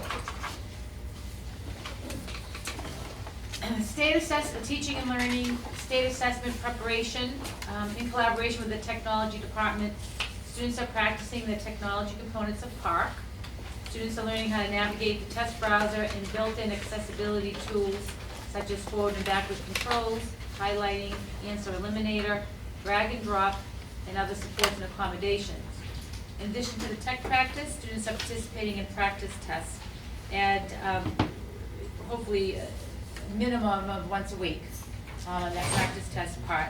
And grade 10 students participated in a practice ELA MCAS test about 3 or 4 weeks ago, which the teachers analyzed, really looked at the open response questions, and we're targeting instruction based on the needs of that. So hopefully, the ELA is this month, I think March 22nd is long comp, and then the reading comprehension, so we'll reach our goal of increasing proficiency by 7%.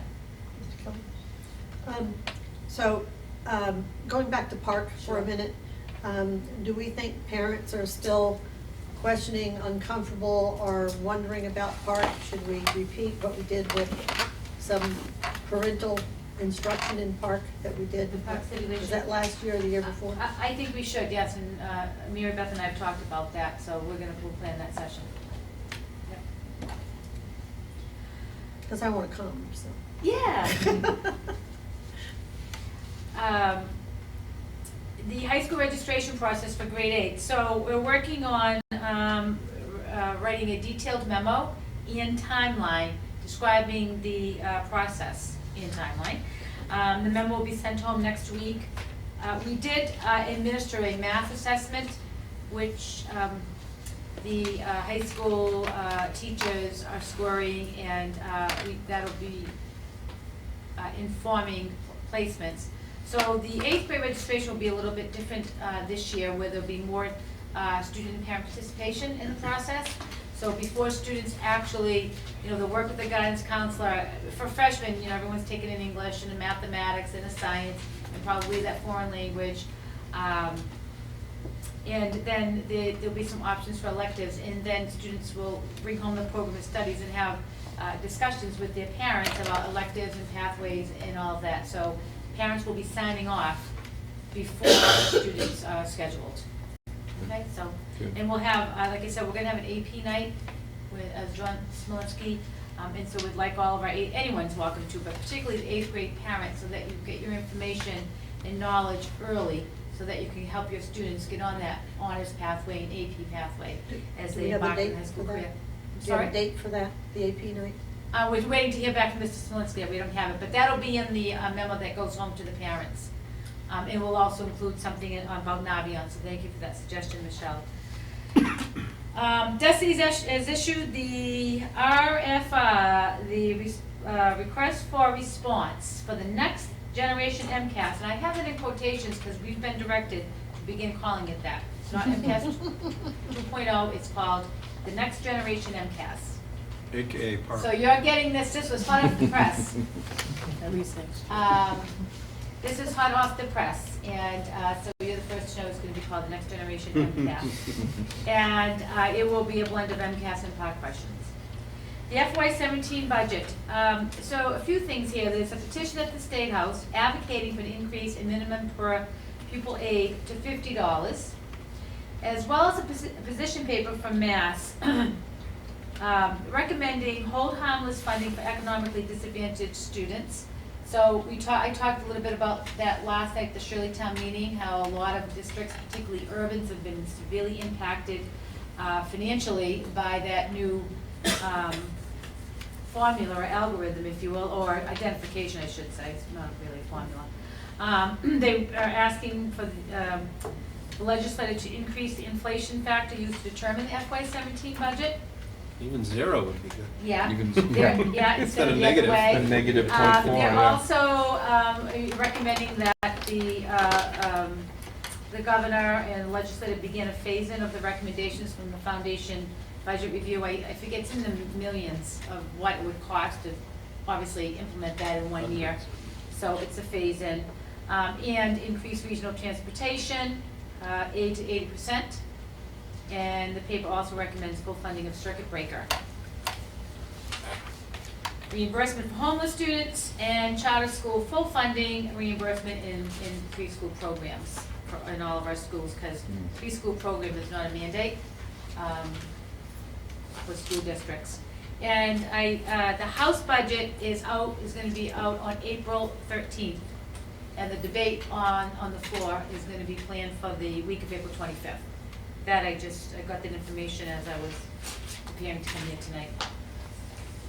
And I also forwarded to school committee today a memo from Mars with all the names of legislators recommending, and I would like to submit that to our towns as well. Board of Selectmen, the committee to, encourage them and urge them to send out letters to our legislators. I probably should have copied you, but I forwarded it to Robert and Patrice myself today. Oh, you did? Okay, that's fine. That was good. That's fine. I always want to inform the school committee, but it's Good, no Dan. problem. And updating our preschool registrants, the number in parentheses is the increase from the last time I reported to you on March 1st. So Page Hilltop, we're up to 22 preschool, Laura White 22. So you see the numbers that have increased, 8 at Page Hilltop, 7 at the Laura White. Kindergarten, Page Hilltop is up to 63 students, 7 students in 2 weeks, and the Laura White is up to 47, which is an increase of 5 students. And be mindful that we have 4 sections at the Page Hilltop. So if we were to max the student ratio out at 20, that would be 80 students. So we're fast approaching that number, and it's only March. And the Laura White have 3 sections, so 60 would be, 20 would be my number that I wouldn't, we have a full-time aide, but, I don't wanna be held on the record to say you said it wasn't gonna exceed 20, because it could go to 21, but that would be, optimal. I got some information from the charter school. There were 8 students that have received spots for the lottery, 2 are siblings, and to date, their information they have is 1 has declined and 2 have accepted. So they don't have information the status of the other 5. So are they 6th graders entering 7, or are they spread out a little bit? He didn't provide me the information. I felt, I asked Mr. Sumner, I went to the charter school a few weeks ago and did a tour, and I was with him at a legislative breakfast, and we're gonna do some partnering and professional development for next year, and I just asked him, I said, geez, could you let us know where we stand in the numbers? So I didn't write back for that That's fine. clarification. No, it's not that. Yeah, so the siblings could be any grade, Right. and, We tend to see most of it 6 to 7, because yeah, they right, open in right, 7th grade. yeah, so. No, just curious, not Yeah. important. Personnel, I don't have any updates this evening. The high school project, we had a meeting last Tuesday. Mr. Plunker was in attendance with me, and Tripp, and Consigli, Chandler, just to get an update and a handle on where we stood with the punch list items. Mr. Briggs from the high school was also present, Mr. Tebow. And so the tennis court surfacing will take place in mid-May. Topsoil and seeding mid to late April, and of course that's weather dependent. The signage will be installed in late April. And the grass that's gonna be in front, the makeshift parking we have provision for, that area in front of the high school on Washington Street that runs parallel.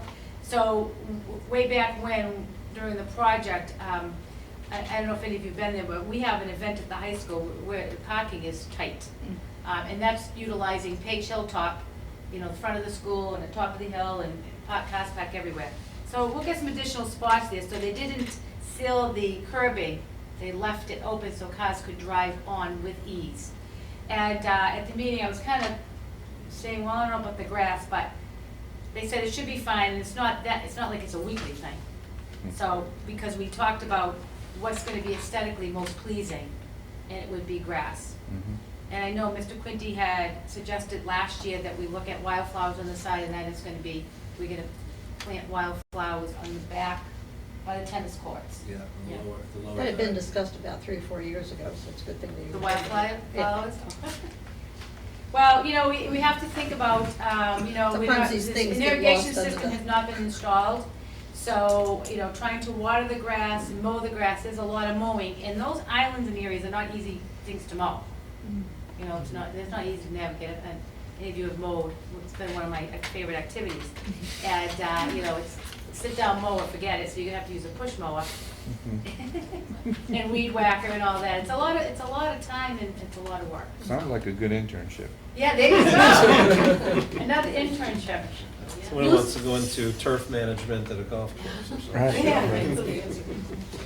Yeah. Newsmakers, First Robotics, as submitted by Coach Christine Miska. At our first competition in Windham, New Hampshire, we won the most prestigious award in FIRST Robotics, the Chairman's Award. Last weekend, our robot Merlin won second place in the finals. We received medals and trophies for the awards and a new banner to be hung in the gym for the Chairman's Award. On April 2nd, our team will host Governor Baker at the robotics competition at the Agganis Arena in Boston. We automatically qualified for the New England Championship in Hartford, Connecticut, April 13th to the 16th. I'm incredibly proud of my team.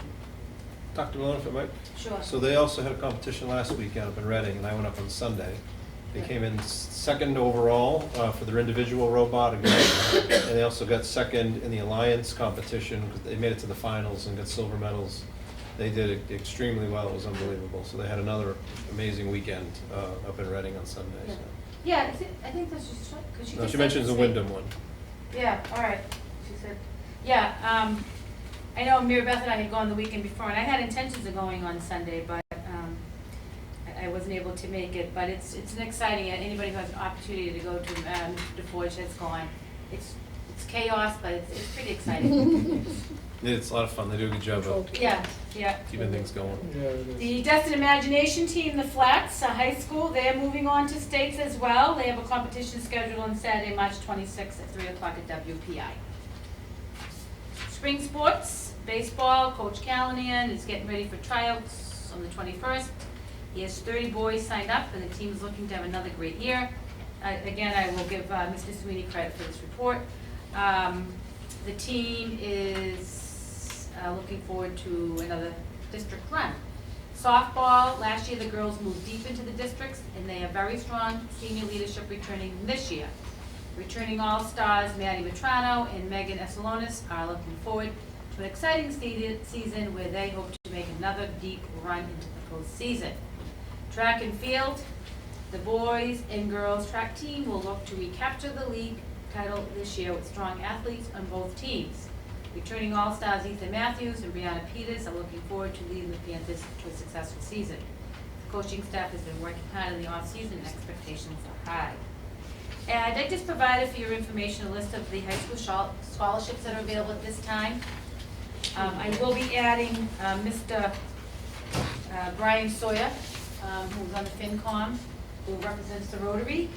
I connected with the Rotary last year, and they have several opportunities for our students. And he sent me the scholarship opportunities today, so I will be getting those to guys to add to this list. And then, again, we want to encourage parents and those who watch this show that you can go online and look for scholarships, because there's a lot of scholarships available outside of all that we could list and offer. AP, if anybody's on Twitter, if you go to the AP link, they had a whole list of, during amplification of sites for families to explore scholarship opportunities. And I will ask the guys to put that out there and just speak to Mr. Varga about it. APs and advanced placements. Yeah. Okay. Yeah. It was on Twitter. And that completes my report this evening. Thank you.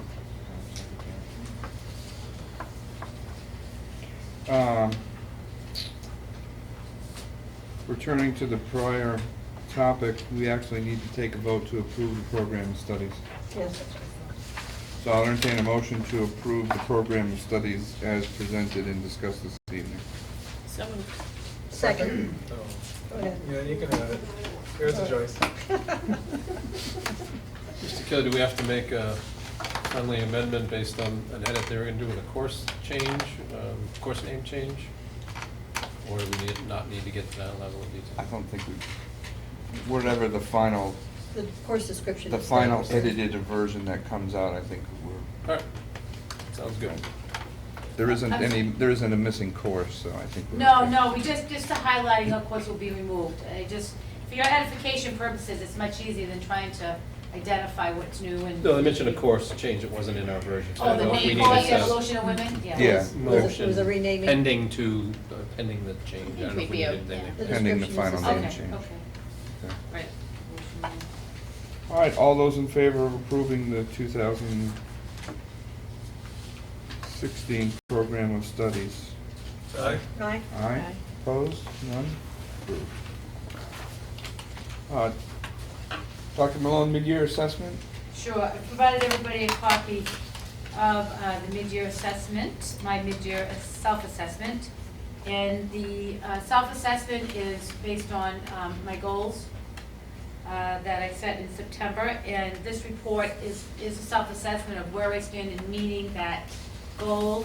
At this time, I would not be providing you evidence, but I would be giving you my self-assessment. So the first, what I did this year, I thought it might be a little bit easier for reading and understanding, and I'm not sure the committee wants me to read all this, if you want to No. take it and read it and bring it back maybe, or I can just give you a summary of it, but I do feel I'm on target for all my goals. But what I did, so for goal 1, student learning goal, the superintendent will work with the assistant superintendent and school principals to ensure implementation of rigorous standards evidenced by high quality core instruction in ELA and mathematics to improve student proficiency rates by 7% as measured by the 2016 MCAS Proctor assessments. Now, obviously, I will be able to measure if I've met that goal until the results are released. Mhm. But I had several key actions, so what I did was I took each key action, number 1, curriculum ELA, and then I wrote my progress, and then I gave some detailed information about where I stand on that.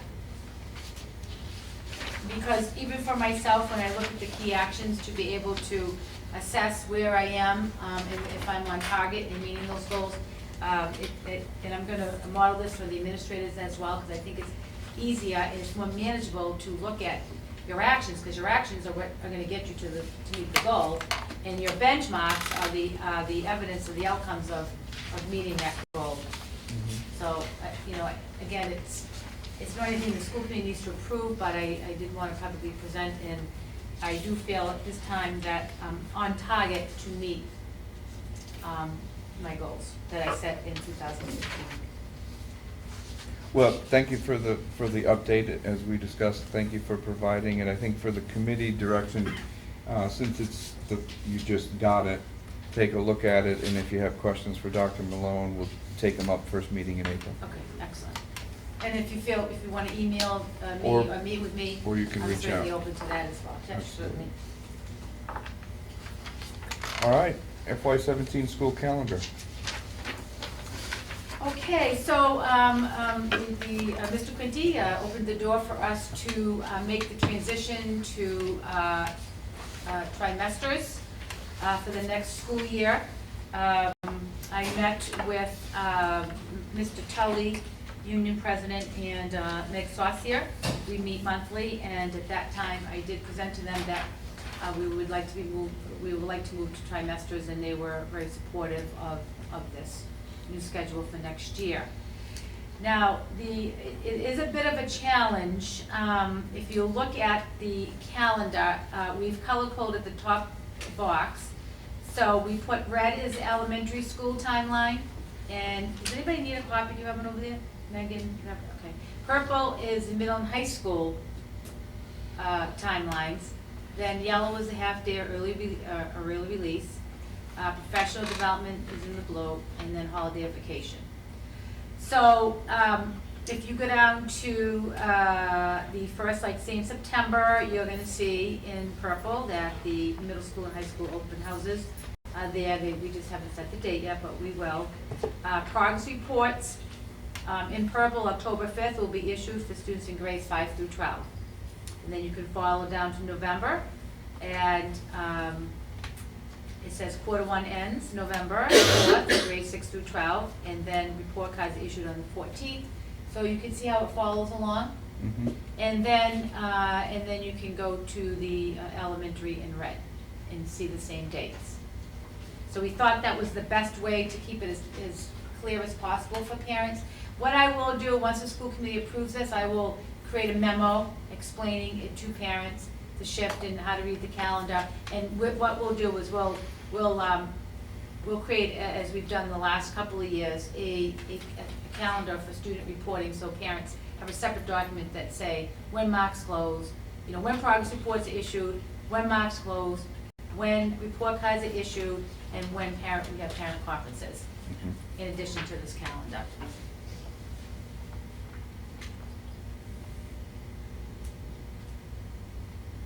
questions, feedback from the committee?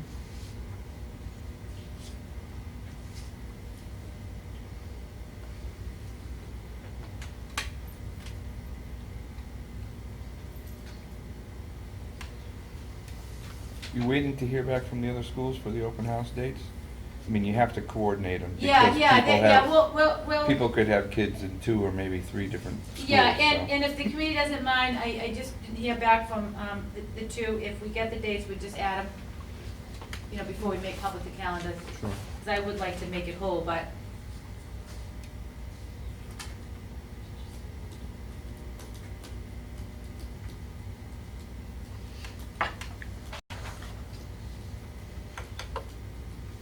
Any other questions?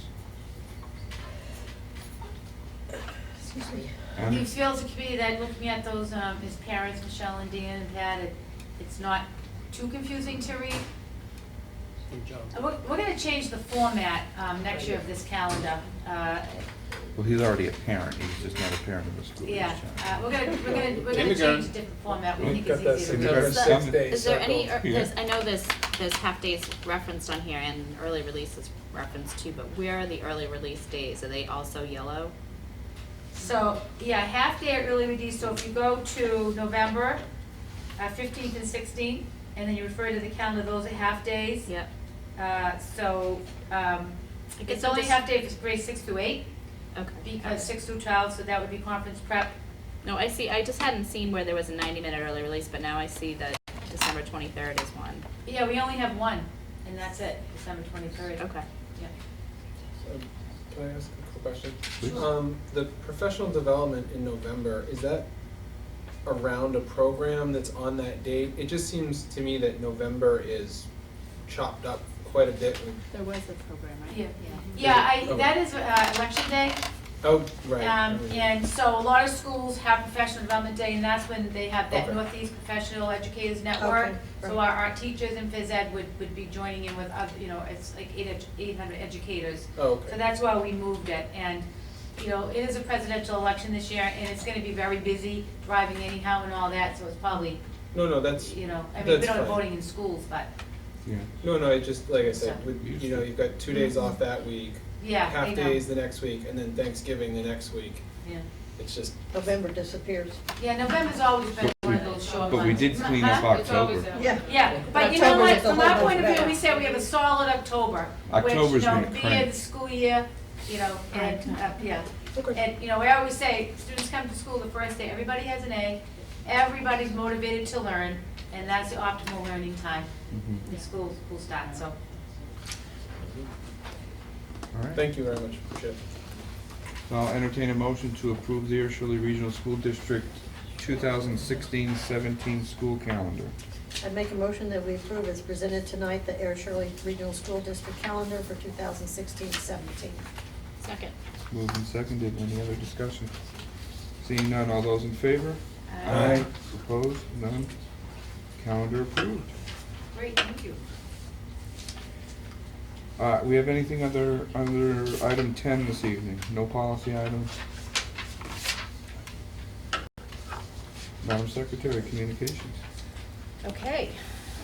So this Friday, March 18th, is the student first teacher basketball game, 6 o'clock till 8:30 at the Air Shirley Regional High School. Saturday, March 19th is the Air Shirley PTO fundraiser. It's a St. Patrick's Day bash from 7:30 to 11 at the Billiards Cafe in Air. Sunday, March 20th is the Air Police Association St. Patty's Day Foot Pursuit. Registration is at 9 a.m. The race starts at 11, and that's downtown Air.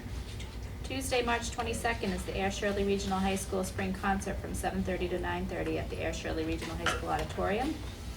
Saturday, March 26th, the DI Team State Competition. Our team is competing at 310 at WPI in Worcester. Tuesday, March 29th is the Community Opioid Heroin Crisis Forum from 7 to 9 at the Air Shirley Regional Middle School Auditorium.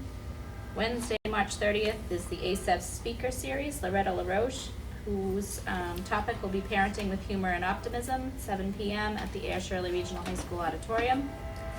Tuesday, April 5th is the Art Night in partnership with Arts Neshoba from 6 to 8 at Spring Hill Suites on Devons. Friday, Saturday, and Sunday, April 8th through 10th, is the Air Shirley Regional Middle School Presents Law and Order Nursery Rhymes Unit. The Friday show is at 7, the Saturday show is at 7, and the Sunday show is at 2 here at the middle school auditorium. Thursday, April 14th, coffee and conversation with Dr. Malone, superintendent of the district, from 9 to 10 at the central office conference room. Friday and Saturday, April 29th and 30th, is the Air Shirley Regional High School Spring Musical, Cinderella. Friday show is at 7. 2 shows on Saturday, 1 at 2 and 1 at 7 at the high school auditorium.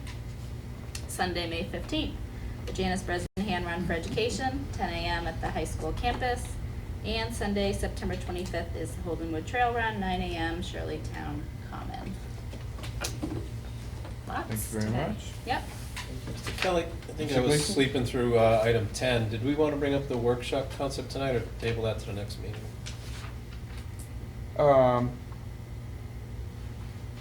Yeah, let's table it. Let's work on it a little bit and bring it back to people. Yeah, give them a little something to look at. You could intro it briefly, but Yeah, so we they want know to expand what's on that a coming. little bit. Yeah, so actually, before last night, this idea was in my mind. I think last night illuminated a need for it, is a budgeting workshop on how we prepare a budget. And not just us, but bring in some guest speakers from potentially Mass Budget, which actually did get a response today that they'd be interested. Great. To educate the boards on how the budget comes together, all the things that happen at a state level we have no control over, but that are then handed to us, and then what we have to do on our level. And because I think we throw these terms out, RLC and Chapter 70 and this reimbursement and that grant, and people just don't really have an appreciation for what all those things are. So it was an educational workshop, a couple hours, some evening, maybe early October. So involving all the town people. FinCom, selectmen, Exactly. town Yeah, administrators yeah. in both towns, all in one I think place. that's Explain an all the excellent- acronyms I and think that's formulas that go right. into everything, because they're, it's complicated. It's Even very for those of us who deal with it every year, so. I mean, after a while, even after we've heard it for how many years, I still go sometimes, okay.